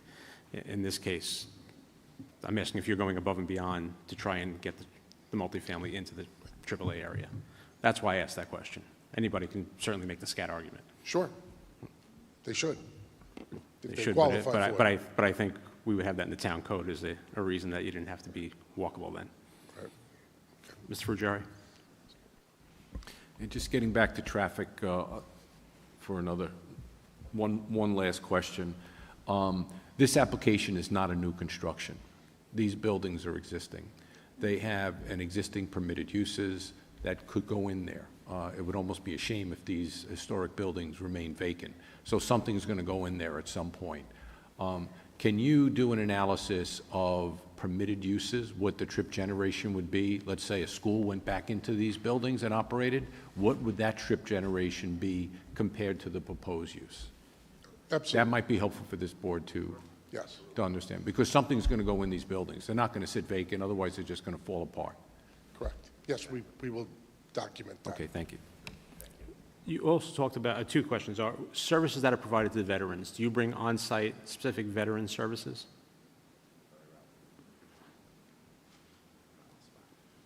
Yes, we do. So we work with the VA, the Northport VA, and others, other veteran service organizations. We actually manage a part of the VA's VASH program, which is supportive housing for veterans. We do some of the case management there. So the VA is very good in working with us to coordinate services. We know when people miss appointments. We know when we have to get them there. We know how to provide the transportation to the appointments. And so there's really good coordination there. I just can't, because she keeps a record. If you want to submit a question up in writing, we'll try and get it asked for you just because we're doing the record. And then my other question was, I'm still confused on the senior aspect of, this is a senior component or not. I hear two sides all night long on that. We are not restricted to seniors. Okay, so that's clear on our that. funding is not restricted. We talked about to seniors. affordable housing. What level of affordability, of what percentage of the units, how do you plan on making that work? Right, so it's less than 60% of the area median income. And as a not-for-profit, sometimes you hear about affordable housing and then you look at the rents and it doesn't seem that affordable. As a not-for-profit, our goal is to get the rent levels, as low as we can for a community so people can afford the apartments. So a studio apartment will probably go for about $900 or maybe $1,000 depending upon where somebody falls in there. In the spectrum, a one-bedroom about $1,200, and a two-bedroom about $1,400. But when you say less than 60%, that's more than a 50% range there. How is it broken down? Yeah, the affordable units are generally between 50 and 60%. So they'll all be between 50 and 60%? The affordable units. Not lower than that. Okay, that was my question. Ms. Cruz? Hi, good evening. First and foremost, I live in Brentwood, and I own a home in Brentwood, and I must say that my children went through, up until they actually outgrew summer camp for Shepherd's Gate, and we loved, of course, I loved driving them there because it was the most peaceful and beautiful thing to drive them there every day. And also my dad, who also attended Maria Regina's daycare for Alzheimer's. So their day program was amazing, and I love the staff there. So I must say that they have done wonders for me and my family personally. And my only concern, of course, is traffic. Everybody knows Brentwood, this area is horrible. I have to take, when my son misses the bus, to take him to school, to try to get him on time, I have to go through 3rd Avenue. And I'm sometimes like the traffic light onto Brentwood Road, it goes so quick, you don't even have time. Then there's also people that are already blocking the intersection. So I think a lot of it also is people blocking the intersection, so that people can't make a left, can't make a right, there's nowhere to go. So I think that needs to be addressed in some way to help mitigate that, because yes, the traffic is going to be there, and these buildings will eventually need to be filled, but how do we then help mitigate whatever is going to be there? Not just, okay, it's going to add, but how do we fix it, or how can we alleviate whatever is there? My other concern is there only one entrance that is going to be used to these apartments? Because I don't see there where, do they have access to the whole, I guess, Yes, campus? They do have right? access to the other exits. Right, and Yes. because the campus itself doesn't really have a lot of walking areas that you can walk, because I know that when I dropped off the kids to the summer program, there's really not a lot of, sidewalks within the campus to be, walking around. When I took my dad, it was really hard to get him because there's not a lot of sidewalks. So I'd like to know if there's sidewalks being considered inside of, the buildings around to get to 3rd Avenue, to get to Brentwood Avenue from inside. The proposal is for sidewalks to get to 3rd Avenue from our building. Brand-new sidewalks from our building to 3rd Avenue. And I see that, so there's only going to be that one entrance, the main entrance for this building? Well, we will have a main entrance, but cars can use the other entrances. Okay. Okay, that's it. Yeah, if I could just say something about, the traffic. We all hate traffic, and we can't solve problems that already exist in the community, but I always remember a veteran that came and testified. He was one of the veterans who lives in Liberty Village in Amityville, and he listened to traffic and traffic and traffic, and he got up and he said, I got really injured in Vietnam, and when I came back, I was a mess. And I was a mess for many years until I found Concerns Housing. And I'm wondering if the people might just have a little bit more patience. So some of the people who are like me, and he said, I have friends, have a chance to get a place to live. And he understood the traffic, but he was asking people to, understand the importance of housing for people as well. Yes, but I also understand that the traffic is not just, you have to bear with it. I get it, I understand that, but there's accidents, there's people driving, and so we don't want people to get hurt because of it. Understood. So I think maybe taking a look at maybe some way of blocking those intersections where people will not block for the light as they do in the city. I don't know, it's just something to maybe consider or to look into some way. So we'll do anything that we can that's within our power to mitigate traffic. I just can't. Can't do that. Do you have the answer to that question quickly? But otherwise- That's what we will be putting in, yes. Okay. And just on the veterans question, are you providing any on-site programs, or you basically make sure that they get to the programs that are provided to the VA at locations that's supposed So to be? no official medical programs, but we do a lot on site. So there's a fitness center, there's recreation rooms, there's activities, there'll be food provision in some cases. There are case managers and social workers that are on site that engage the residents. Mr. Wilson? Yeah, just one question. So you have two other locations. So We have many locations. Well, we were talking Port Jeff and Amityville. Yeah, I mean, we manage 275 different locations. Well, and those two spots are as a whole, so it's not really like 55 and over like we discussed. Right, it's not officially. 55 and over. But could you tell me what percentage is 55 and over in those other locations? It varies from location to location. What's the range? I don't have that number off the top of my head. Okay. Thanks.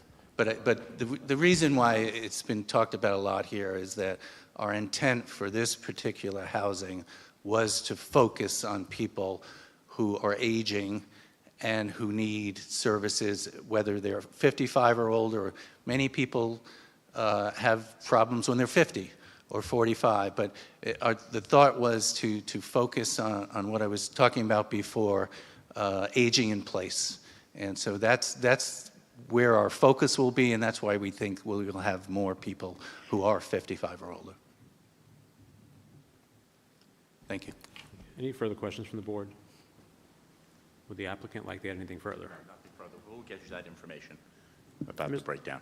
Mr. Guardino, if you can address for me, I mean, traffic overall, I know what could be there versus what's not there, but what the current traffic condition is. Yeah, we'll If you take a point look at out that. A little more yes. on that. And then also, just in reference to the town code, I mean, the convenience or walkability to services. Talking to staff, generally, a quarter mile is what they look at. Here, we're probably 100% more than that in terms of walkability to the distance to get to somewhere. So Yeah, we will look at that explain as why well. in this case you think that is okay, or how that differentiates from other applications we turn down because they're further away from a walkable area. Yeah. And I understand the sidewalks are not yours once you leave the property, but there are plenty of projects, if we were going to approve that, we've approved and asked for sidewalks to be continued at the applicant's expense further up or further away from the property. So there are other things out there. The sisters do great work. It is a great proposal, but there are a lot of issues in that area that sort of need to be addressed before we can move forward on this application, in my mind. Understood. Yeah, and we'll look at that more closely and get you the information. We thank you for that. Yeah, I think thank you might have somebody else from your team. Yeah, you're making me think, there's a lot of money that the state is providing for infrastructure, and, the state will be the primary funder of this. The state wants more affordable housing and wants communities to be responsive. So I can't guarantee anything, but we will research, what kind of infrastructure funding we might be able to get to fix the sidewalks that are not ours. Yeah, listen, there may be money you could bring in that would help the community out and help the traffic Sure. issues, and help the walkability there. I mean, that's something that needs to be looked at. Just a simple We will yes from focus us on that. without considering all the current concerns is not sort of how I would move forward. I don't speak for the rest of the board members, but there may be a way to make this work, but I think some research needs to go into that. Okay, thank you. If there's nothing further, Ms. Cruz has one more. I have one more comment, and I do have to say that the affordable part of it that you mentioned does sound affordable, because we've had developers here with the affordable in front of it, and it was nothing compared to the numbers you guys mentioned. So kudos to you guys for actually doing affordable. Thank you. And if you could provide that breakdown to us in terms of the level of affordability in the application, it'd be helpful for us to understand that.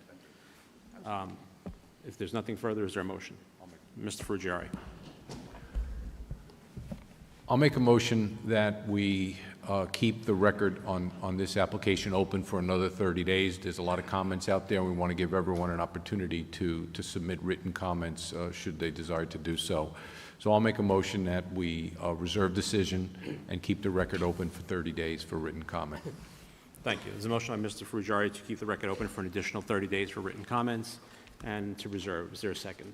Mr. Wilson, second. All in favor? Aye. Opposed? Abstentions? We're reserved. Thank you all.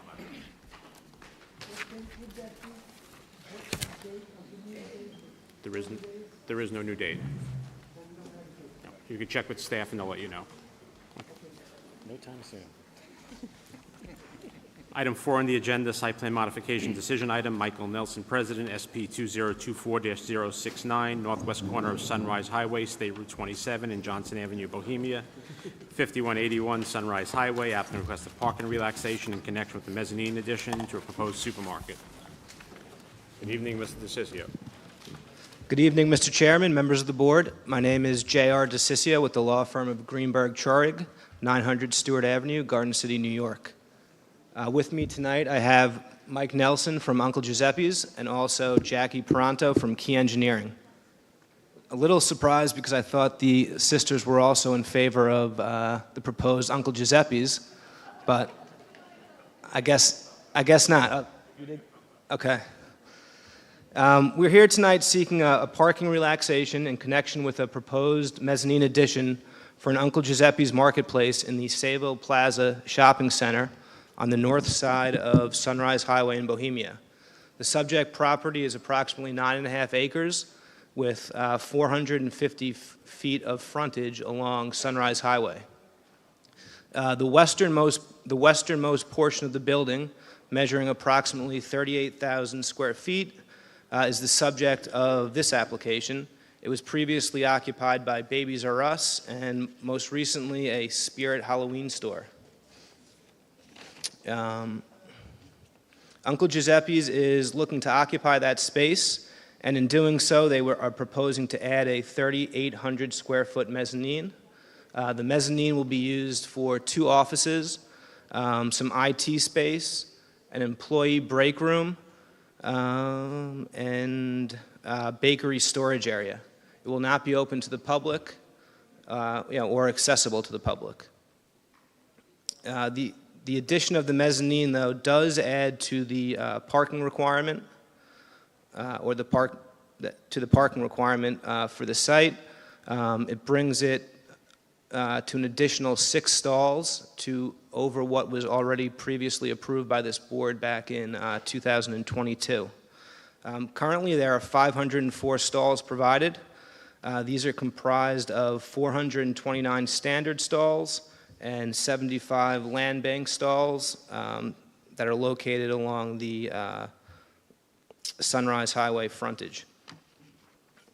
A parking relaxation for this site from 650 stalls to 504 stalls was previously approved in connection with the Harbor Freight application back in 2022.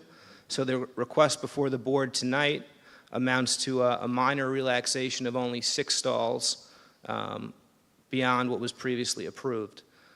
So given the minor relaxation, together with the composition of the site, there is an adjacent property that also has a shopping center, and the 2 sites really function as one, and they have shared parking. So we would submit that the site is sufficiently parked. There is the only other relief we're seeking tonight is for light trespass, and that's on the western side of the property.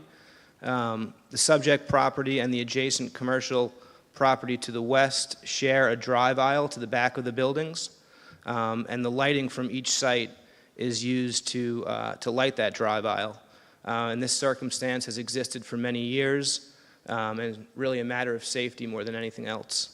So with that, if the board has any questions, I'm happy to answer, but that's really the application in a nutshell. I think we'll go to a staff report from Mr. Gonzalez, but I have plenty of questions for you, Mr. DeCiccio. I anticipated that. I'm ready. Thank you, Mr. Chairman, members of the board. As the applicant stated, this is a business 3 zoned, almost 9.5 acre parcel, currently improved with, let me see, 3 separate buildings built in the 80s and 90s that have a multitude of retail, restaurant, and other commercial uses.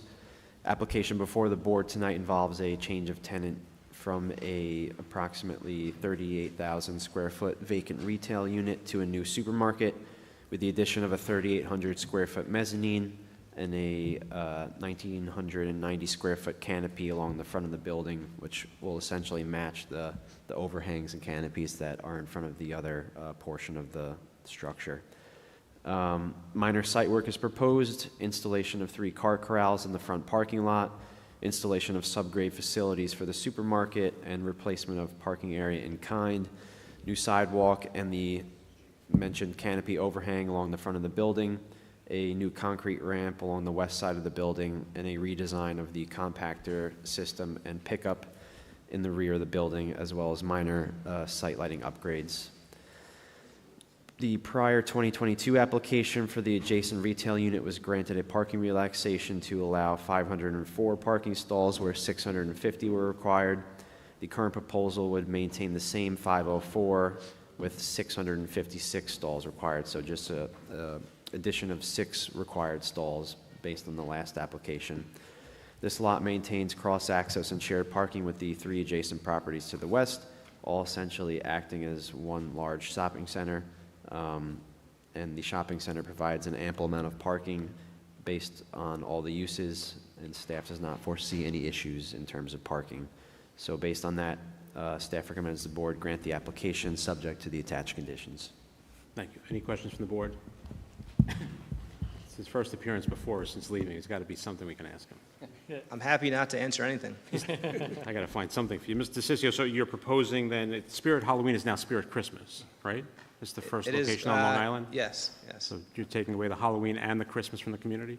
Uncle Giuseppe's will serve the community well. Oh, okay. We'll accept that as a valid answer. Thank you. Sure, no other questions, Ron? All right, is there a motion? Mr. Moriarty. Yes, I'd like a motion that we grant the application subject to the attached conditions. There's a motion by Mr. Moriarty to grant the application subject to the attached conditions. Is there a second? Second. Second by Mr. Rulon. All in favor? Aye. Opposed, abstentions? The application is granted. Thank you. Thank Have you. a good evening. Item 5, major subdivision, bond release, American Boulevard, Brentwood, MS 2013-001, westerly terminus of Swan Place, 100 feet west of Hilltop Drive, Brentwood, 0, 20, and 21 Swan Place. Applicant requests a full surety and cash bond release for a previously approved major subdivision. The applicant is not here. I'll go right to Mr. Gonzalez. Thank you, Mr. Chairman. This application was last heard in 2021 for the acceptance of a continuation certificate of the original surety bond that covered the construction of this 2-lot major subdivision. At this time, all work has been completed and signed off. Both homes are CO'd, and the extension of Swan Place is ready for dedication. Town board acceptance of that dedication is scheduled for December 17th, so later next week. Based on this, staff recommends the board grant the full release of the continuation certificate for bond number 759-2NR3 in the amount of $42,434, as well as the cash bond in the amount of $5,000, subject to town board acceptance of that dedication and recording at the Suffolk County Clerk's office. Thank you. Any questions for Mr. Gonzalez? Not seeing any. Is there a motion? Motion. Mr. Frugari. I'll make a motion that we grant the full release of the certificates for the bonds. There's a motion by Mr. Frugari to grant the full relief of certificates for the bond. Is there a second? Second. Second by Mr. Moriarty. All in favor? Aye. Opposed, abstentions? The release is granted. Mr. Kennedy, I can call the next two together? Please. Next item on the agenda, Steel Campus LLC, Marcus ISP Apartment Holdings LLC, MN 2024-007, east side of Carlton Avenue, County Route 17, approximately 1,228 feet north of Courthouse Drive, Central Islip, 300 Carlton Avenue. Applicant requests a subdivision of a parcel located within the Planned Development District Retail Service Subdistrict pursuant to 68-324.C.6, berm, lighting, and landscaping relaxations in connection with the 5-lot minor subdivision. Item 7, Russell Moore, MN 2024-014, northeast corner of Carlton Avenue, County Route 17, and Gullhaven Drive, Central Islip, 250 Carlton Avenue. Applicant requests a subdivision of a parcel located within the Planned Development District Retail Service Subdistrict pursuant to 68-324.C.6, parking, lighting, buffer, and landscaping relaxation in connection with the 2-lot minor subdivision. Good evening, Mr. Kennedy. Good evening, Mr. Chairman, members of the board. For the applicant, Brian Kennedy, partner with Forcelli Deegan Tirana. This evening's application is the next step in the multi-phased revitalization and redevelopment of the former NYIT campus in Central Islip. The applicants, Steel Equities, and the Marcus organization began this project nearly 6 years ago and have taken both parcels through zoning changes after extensive community outreach and consultation with the town. Phase 1 of this project consisted of 364 apartment units, which were constructed throughout the 14 existing buildings at the site. That renovation has been completed, and those units are now approximately 97% occupied. Phase 2 of this project, which permitted the construction of retail, office space along Carlton Avenue, as well as additional apartment units and condominium units along Eastview Drive, was approved by the town board in December of 2023. After the Phase 2 change of zone approval, the applicant submitted the 2 minor subdivision applications that are before the board this evening. The proposed subdivision of Lot 2.5 will create 2 parcels. The northern proposed parcel will house a small retail structure, approximately 18,000 square feet, and the southern parcel will house the NYIT free medical clinic that currently operates at the site. Once created, these parcels will be subject to both cross-access and cross-parking agreements. Now, the proposed subdivision of the larger parcel to the south, Lot 4.2, will create 5 parcels for each of the newly created zoning districts approved by the town board last year. The creation of these new parcels will allow the applicants to separate the residential uses from the recently approved retail and commercial uses. Now, both of these proposed subdivision plans mirror the site plan design that was previously approved by both the planning board and the town board. There are no additional structures or uses proposed here. However, any subdivision within the Central Islip Plan Development District requires this board's approval. And the creation of the new lots has triggered minor variances, most of which relate to landscaping and parking. All of those proposed relaxations can be granted before the board this evening without a public hearing. Now, we have the engineer of record, Angelo Lano, and Vice President of Development for Steel Equities, Russell Moore, present if this board has any questions. We have reviewed the proposed covenants and restrictions provided by Mr. Gonzalez this afternoon. We are in agreement with all but one minor comment that needs to be ironed out regarding the proposed restrictions on the hours of operation for the structure at Lot 2.5, but I'm confident that should this board look favorably on that application, we could work this out. Thank you. We go to Mr. Gonzalez for a staff report. We'll come back with any questions. Thank you, Mr. Chairman. As stated by the applicant, this was an original change of zone 2023-014. That's under TC 5314, which was approved by the town board in November of 2023. That application at the time comprised of tax lot 4.2, which is the main subject property for the 5-lot split, and lot 2.5, which is the 4-acre property north of Goldhaven Drive. The subject property of 4.2 was originally anticipated to be split into 4 parcels, all with different PDD subdistricts based on the existing and proposed building uses. The applicant is proposing to split the originally proposed Site 4 into 2 parcels, 23.42 acres fronting on Eastview Drive and 38.74 acres fronting on Carlton Avenue, which renders 5 total for that property. And then lot 2.5 north of Goldhaven split into 2 parcels. The northern parcel for I believe, New Market retail building, and the southern parcel for an existing building to become a medical office. So per 68-324 C6 of the Town of Islip zoning code, lots within the PDD RS, which is the retail service subdistrict, may be subdivided provided that the created lots remain functionally joined to the original lot, subject to the review and approval of the planning board. The lots will remain functionally joined and all proper cross-access, parking, utility easements will be established. So based on this, staff has no issue with those requests.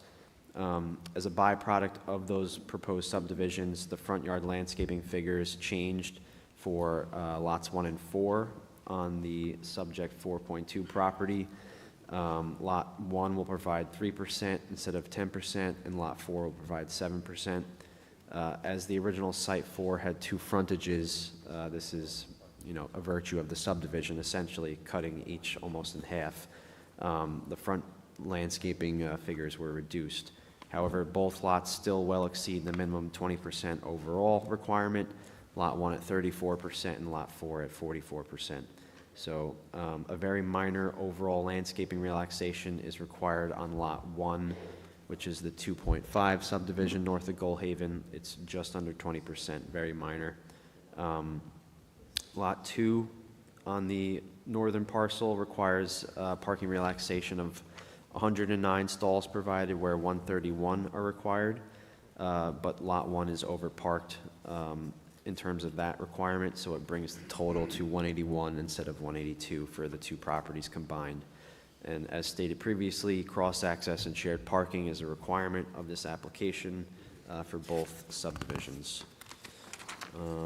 Other minor provisions also require relief such as less than 5-foot minimum setback from parking areas, which happens in commercial subdivisions when they share the same parking lot, and the waiver of a berm within the northern 50-foot buffer on Lot 3 for the eventual medical office on that 5-lot split.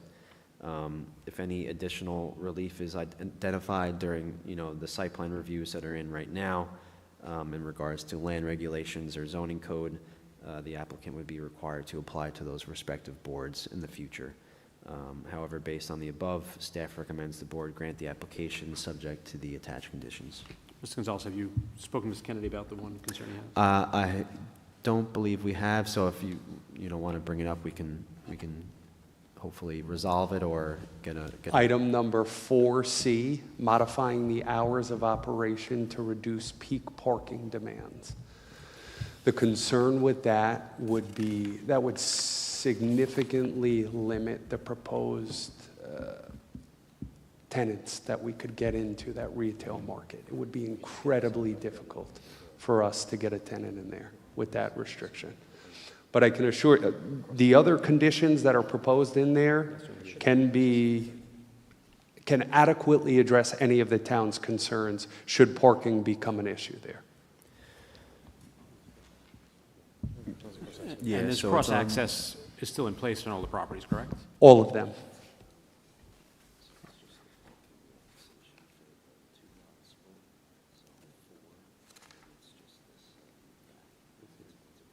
So are there further questions from the board? No. So, Mr. Gonzalez, if you're okay with it, then you, Ms. Kennedy, can work it out. If it can't be worked out to the satisfaction of planning staff and Ms. Kennedy, you come back for us. If not, we can do that. Yeah. Good. Probably makes sense. Thank you. Okay. Anything further from the applicant? Yes, one thing. This was an incredibly tight turnaround to get this application done before the end of the year. I want to thank Mr. Colgan, Mr. Gonzalez, and the entire planning department for their help with this. We appreciate it. We have a good staff in the planning department. We The rely best. on them as well. The best. So, thank you for that. I just want to disclose for the record, I have an arm's length transaction with the applicant, just so it's out there publicly. That being said, is there a motion? I'll make a motion. Motion by Mr. Frugieri.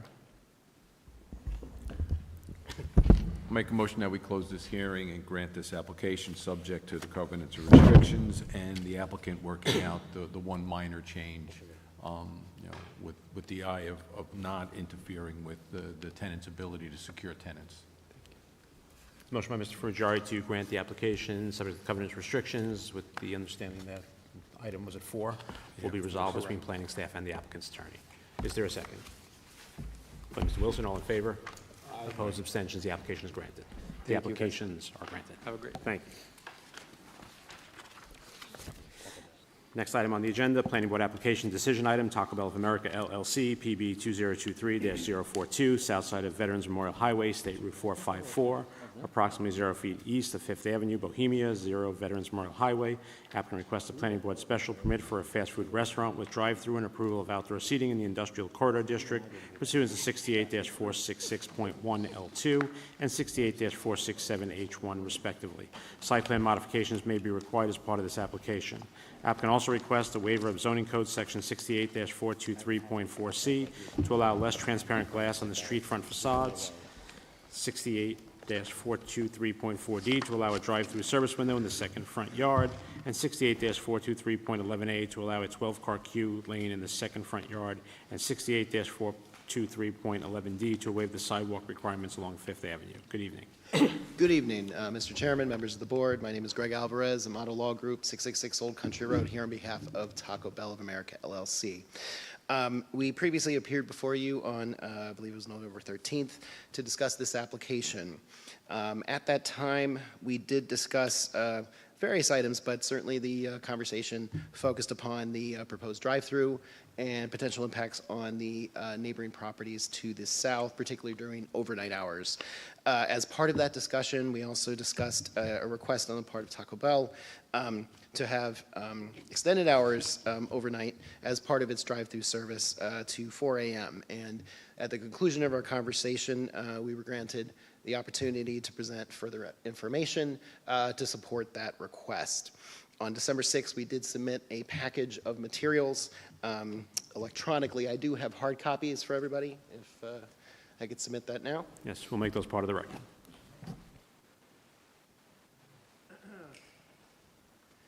And in that package, we submitted a covering letter to explain the 5 exhibits that we have submitted as part of this package. We submitted an aerial exhibit, a color site plan rendering to take a closer look at the overall site. We also have a menu board sound exhibit, a setback exhibit, and a photo array to provide some further information regarding the existing vegetative buffer that is intended to be retained and preserved in the rear of the property. All of these were submitted in support of Taco Bell's request. Just one note, we have included, based on the requests during the prior hearing regarding installing additional fencing. And so that is depicted on the exhibits that we are showing. The fencing would run and actually wrap around the southerly edge of the drive-through lane, allowing for some sound attenuation that would result. It would consist of a 6-foot PVC fence. That's what's proposed. It's stated a little bit differently in the proposed conditions, but I just wanted to make that clear that the proposal is for a 6-foot PVC fencing. Now, connecting that fence to the exhibits themselves, I point your attention to primarily, first I'll point out the photo array, which shows the extensive buffer that does exist. And as mentioned, we're going to have a 50-foot vegetative buffer that will be preserved on that side. So all of the vegetation that is currently there would be preserved. And that's the intention to provide further not only visual but also sound protection for the residents to the south. The 2 other exhibits that I point your attention to include the menu board sound exhibit. And on that particular exhibit, we are showing you the calculated sound levels that would result from the 2 order boards that would be installed in the drive-through area. As can be seen with the information that's presented there, if you look at, and we tried to be as conservative as we could. First, we did take into account the installation of that 6-foot PVC fencing, which I mentioned. And then also, we took into account both order boards as part of those calculations. So as calculated, it's in the neighborhood of 17 to 19 decibels that would actually result from those order boards at around those southerly property lines. Now, the actual structures are even further back, and so the setback exhibit presents those setbacks that go to those structures, and it's approximately 150 feet to the nearest one. Another point I'd like to raise in terms of that setback exhibit, we do indicate and compare the existing conditions for the 24-hour gas and convenience store next door, the Speedway, and comparing what their existing buffers are to the residences behind them to what we're proposing for our particular application. Again, what we're trying to do is retain a lot of that existing vegetation to provide that buffer that we are looking for to protect those residents to the south. We are in receipt of 2 letters from neighboring property owners that voiced these types of concerns, in terms of what the drive-through could result in. And so we wanted to make clear in these exhibits to show that every effort is going to be made to ensure that those residences are fully protected. And it's because of that, we do request those additional hours. And like we were talking about last time, it's really because of the existing location of this particular property. It's very unique. It's along the industrial corridor district. It's intended to be in part and parcel to the MacArthur Airport nearby, and all of the associated shipping and freight businesses that operate in the area. And in a lot of ways, it is a 24-hour district for these uses. And by providing this amenity to the area, it does allow for an opportunity in those hours for the folks who may be in the area at that time. So we present all of this to you for your consideration, and certainly if there are any questions resulting from your review, we are here to answer them, and we respectfully request again your consideration of those extended hours. Ms. Wozniak? Thank you, Mr. Chairman. Since the previous hearing, the applicant submitted some supplemental information regarding the request to operate the drive-through until 4 in the morning. Unfortunately, the applicant couldn't find an example of a fast food restaurant within the town that operates past 2 a.m. that's adjacent to residential homes. However, they did provide several mitigation factors to consider. In one exhibit, the applicant demonstrated the decibel level for the menu board would operate no louder than 17 decibels at the nearest residential property line, which is equivalent to someone breathing. In addition, they provided an exhibit showing a 50-foot vegetated buffer. I wrote within along a proposed sound fence, but they do not want to do a sound fence. They just want to do a PVC fence. This might help aid in noise and light pollution mitigation. It's important to note that after the public hearing, the Planning Division did receive some letters of concern from nearby homeowners regarding late night activity and light pollution. Planning staff has prepared conditions that address some of these concerns, such as requiring a sound fence and limiting delivery and garbage pickup times.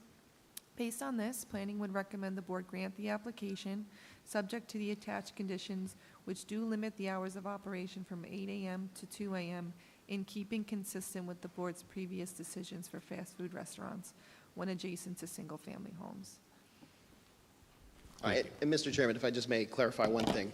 So in terms of finding that apples-to-apples comparison, which we discussed last time, we didn't see anything that was specific that would have aided us in terms of that specific discussion in terms of single family. There are examples within the town where there are multifamily projects or not multifamily developments that are adjacent to Taco Bell's and have similar type overnight hours, but you know, we didn't want to necessarily go down that road. We wanted to have that stark comparison, that apples-to-apples comparison. But again, because of the unique nature of the property and the opportunity here, because it's larger than is typical, that's why we felt with the information that we presented that it could be a viable operation aspect for this particular property to be a 4 a.m. close. And again, it's only just for the drive-through. Again, the rest of the operation of the Taco Bell typically would close around midnight. Are you saying that those two that you found are different hours than we're proposing tonight, or they're the same? That the two ones that you referenced. Yeah, that they were the other two locations. I believe were also they 2 a.m. I'm trying to remember. Yeah, I think. They were similar hours. I'm not sure if they operate always at 2 a.m. They could operate a little bit later, but we didn't have that. We didn't have that comparison where there was single family behind the property. That was really the comparison that we were looking for. But you're not asking for hours more than what's being proposed tonight, are you? Well, right. We're still asking if, based on the information that we've presented, whether or not a 4 a.m. close would be permissible in this instance. And do any of those other locations that are they're already not apples to apples because they're not single-family homes behind them, but do they have 4 a.m. closing? Well, but yeah, based on the website, some of them actually do operate that late. They might be in violation. Well, I'm going to go to Mr. Ferrari, but they may be operating in violation of what we approve of them, so we could look into that separately, but I'm going to go to Mr. Ferrari first. Okay. I understand your decibel level study. Yes. But that's just measuring the noise from a menu board. That's correct. What about the cars idling? You know, there's cars with loud exhausts. There's cars with windows down in the summertime with the radios blasting. You know, did you take that into consideration as well? Because if I'm living in the house behind your facility, I'm taking that, you know, that's going to be disturbing to me. Of course. So yes, the exhibit that we provided did specifically talk about the order boards because that's specific to manufacturer specifications, and so it can be, certainly more objective in terms of what those measures are. In terms of our previous studies of these sorts of situations, and usually you have to take some assumptions in terms of what those numbers would be. But just to talk about what that analysis would look like. Generally, if you're right next to the car, the decibel level would be in the neighborhood of 70 decibels or so, which, is obviously a little bit higher in this, in terms of what the measure would be at the property line for the order boards. However, because of the way that sound waves work, you basically, it dissipates quite quickly in terms of what the actual sound level would be. So just, again, because there are a lot of assumptions that would have to be assumed, it was more difficult to sort of calculate that. But if you factor that in, that extra sound level in terms of the car levels, it does dissipate quite a bit. And so based on our I guess, I wouldn't call it unscientific, but again, not as objective as we do have with the order boards. It's probably on the order of 30 or so decibels that would result at these property lines based on the distances that you're talking about. Now, when you factor that in terms of sound waves, it's not, it's not an additive thing where you don't take, okay, well, if that piece is 30 decibels and the other piece is 17 decibels, it's 47 decibels, right? That's not necessarily the case either because sounds actually do merge, and so it's logarithmic in terms of how I understand it, in terms of two sound sources that result in a similar location. So again, just factoring all of the assumptions in, our best calculation would be, it would probably be when you factor in the 17 decibels with the 30 decibels, you're only looking for, you're probably only expecting it to be in the low 30s. And in the low 30s, if you look at your, What I'm saying is that a car at 3 o'clock, 4 o'clock in the morning with the windows down and the radio blasting is going to be more than 30 decibels. Well, again, it's quite a distance away to the actual property lines. Yeah, We're going to have the fence at nighttime, there. sound travels. I'm sorry? At nighttime, sound travels. Let me ask you a question. Have you considered closing the menu boards down at a certain time? I can't imagine after midnight you're going to have long queuing lines. And I can understand during the daytime you need a certain amount of space between the ordering and the window where they pick up. Maybe after a certain hour you get rid of the menu boards altogether and people just pull up to the window and order 3 tacos and a Pepsi. And I'm sure you can turn that around pretty quickly. So you close the window, turn around, get the food, give it to them, and they're gone. So that is one option. I'd probably have to discuss that with Taco Bell to see if they can operationally do that. That gets rid of the menu board after a certain hour to begin with. Well, but also I want to factor in a couple of other things, because with the menu boards themselves, as we've depicted on our exhibit and we explained in our letter, the menu boards will actually be designed to automatically reduce their sound depending on the ambient noise. So if it is in those overnight hours, the actual sound that will be emitted from the order boards will be drastically reduced. And as you say, the queues are probably not going to be quite as long, so the time that people spend in that section of the property, it'll probably be a lot less. So the intention would be, obviously, to move the cars through there as quickly as possible and at the lowest decibel level as possible. And those two things combined, where they're not going to be there very long, and also the order board actually self-regulates itself to be lower in the event that the ambient noise is much lower, then that also factors in to ensure that the overall, the overall sound levels will be much lower.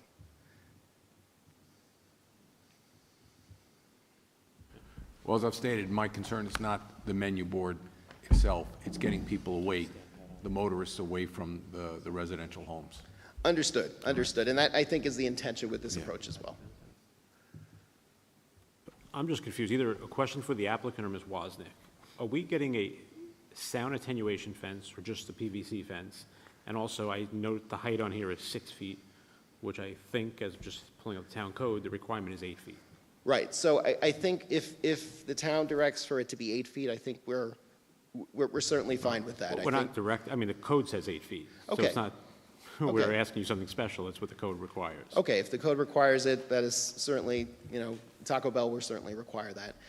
In terms of the sound attenuation, as mentioned, the proposed PVC fence will actually provide some sound attenuation as well. So that's the intention, and it's going to be designed to wrap around entirely.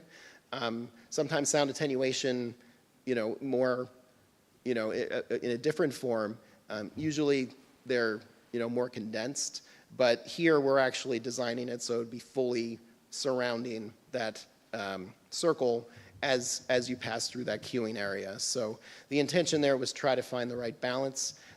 Again, we're happy to provide the 8-foot PVC fence if that would be the direction of this board. So if we require the sound attenuation fence versus the PVC fence, what is your position? That position is a little more difficult, I must say.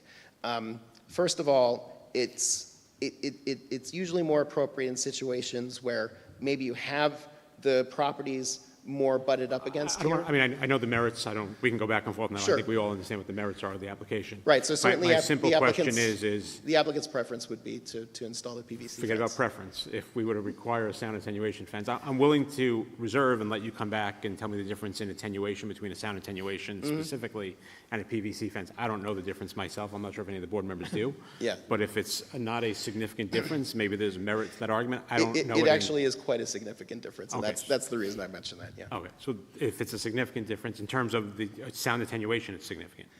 No. That's what I'm asking. Okay, no. It's more, it's more of the cost value in terms of what you get for the sound It's certainly more. attenuation. There's no question about the cost. But do you have anything specifically here from an expert in the field that can tell me the difference between the two? If it's 5 decibels, 10 decibels, 20 decibels? We don't have that exact number at this time.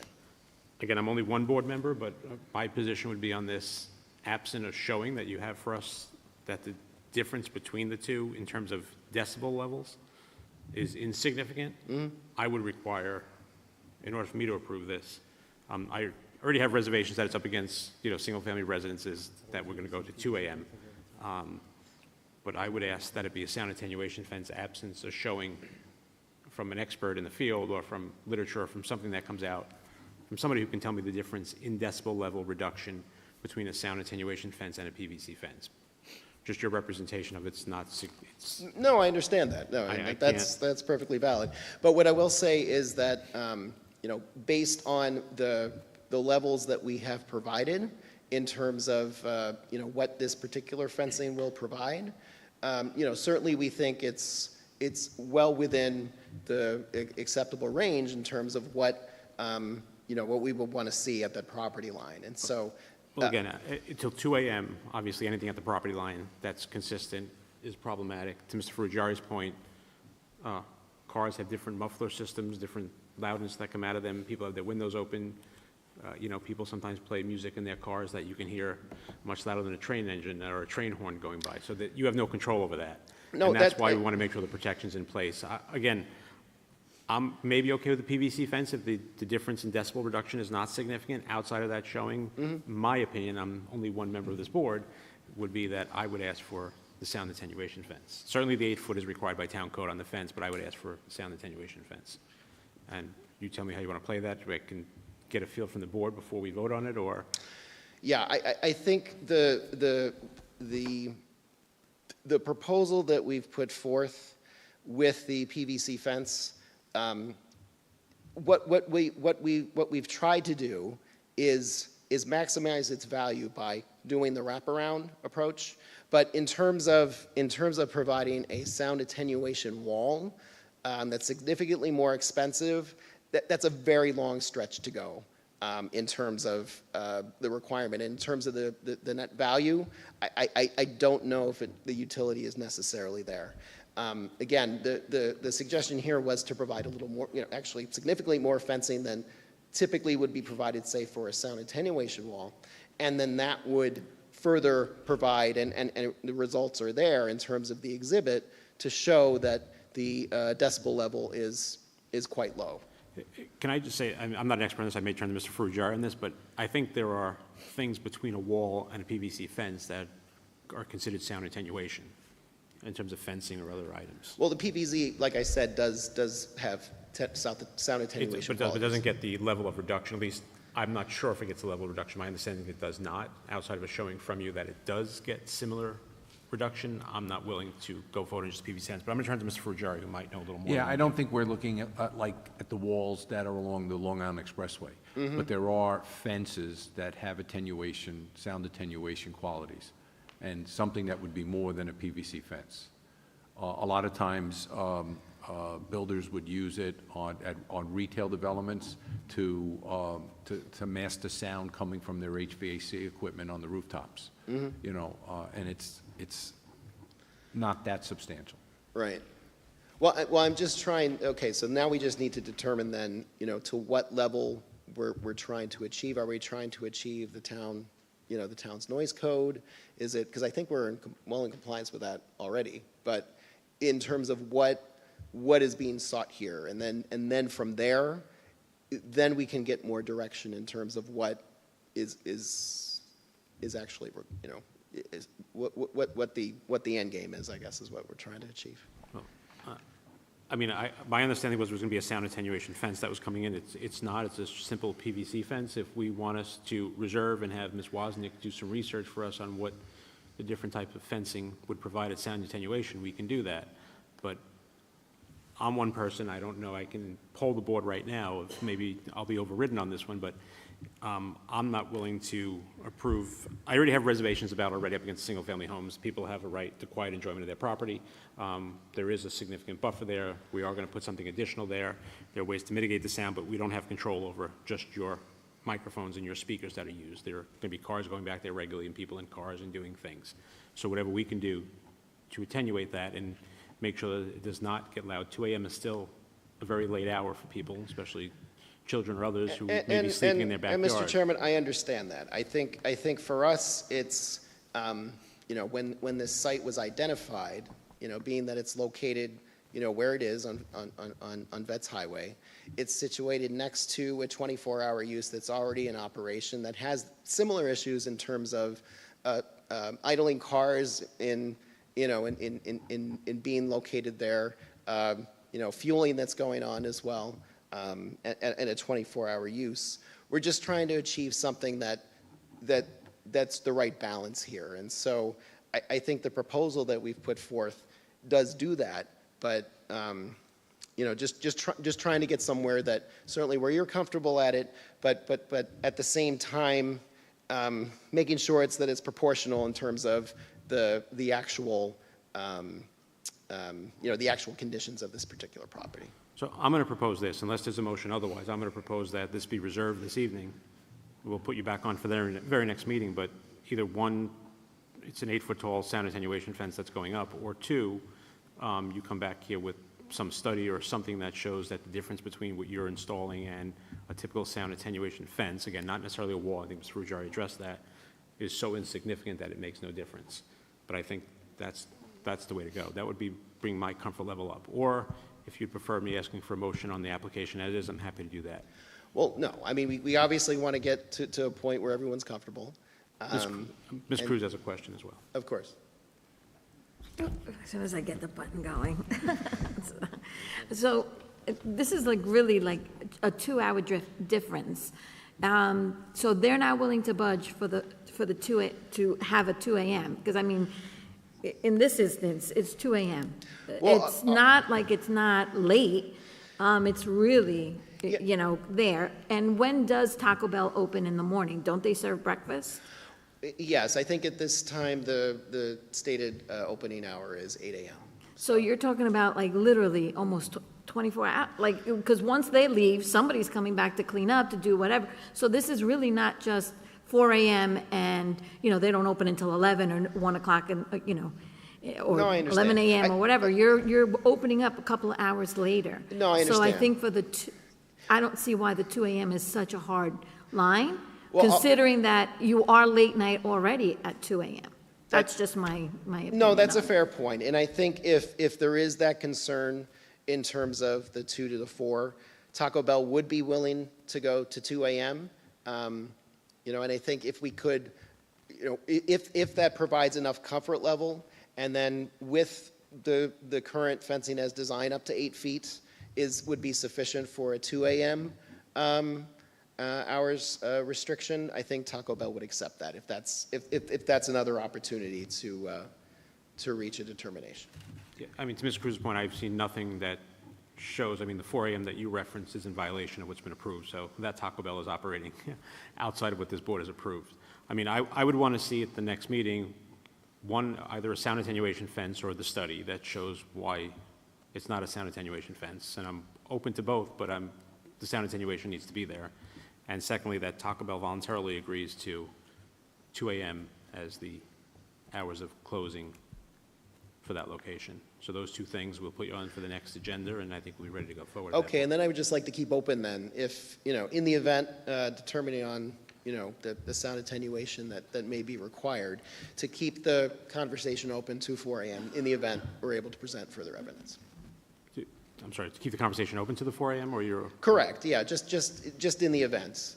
But we understand if It's one way or the other. I mean, I don't think this is still a discussion on that. I don't know there's anything else from the board. I think the answer is Taco Bell voluntarily okay with 2 a.m.? If the answer is no, I mean, there are a host of reasons here why this project outside of the hours of operation, even at midnight or 10 or anything else, or having cars back there regularly or headlights or anything else, would cause pause for me to go forward on this. If Taco Bell's coming here telling me that voluntarily until 2 a.m., they're okay with this project going forward, that satisfies one of the prongs of the concerns I have. There are multiple prongs. I want to know that all of those prongs are met, or else for me, I don't see any reason even to reserve this evening. I mean, I think we're going to come back and talk about a sound attenuation fence, but there is no voluntary agreement on the 2 a.m., which I think for most of us on this board sort of would make us make a motion tonight that would put this the other way. So okay, well, no, now I understand it. It's much clearer. I'm hearing different things in terms of whether or not the 4 or the 2 a.m. would change things. But it sounds to me that in any event, we need to address, you know, the sound attenuation question. So we'll do that, and we.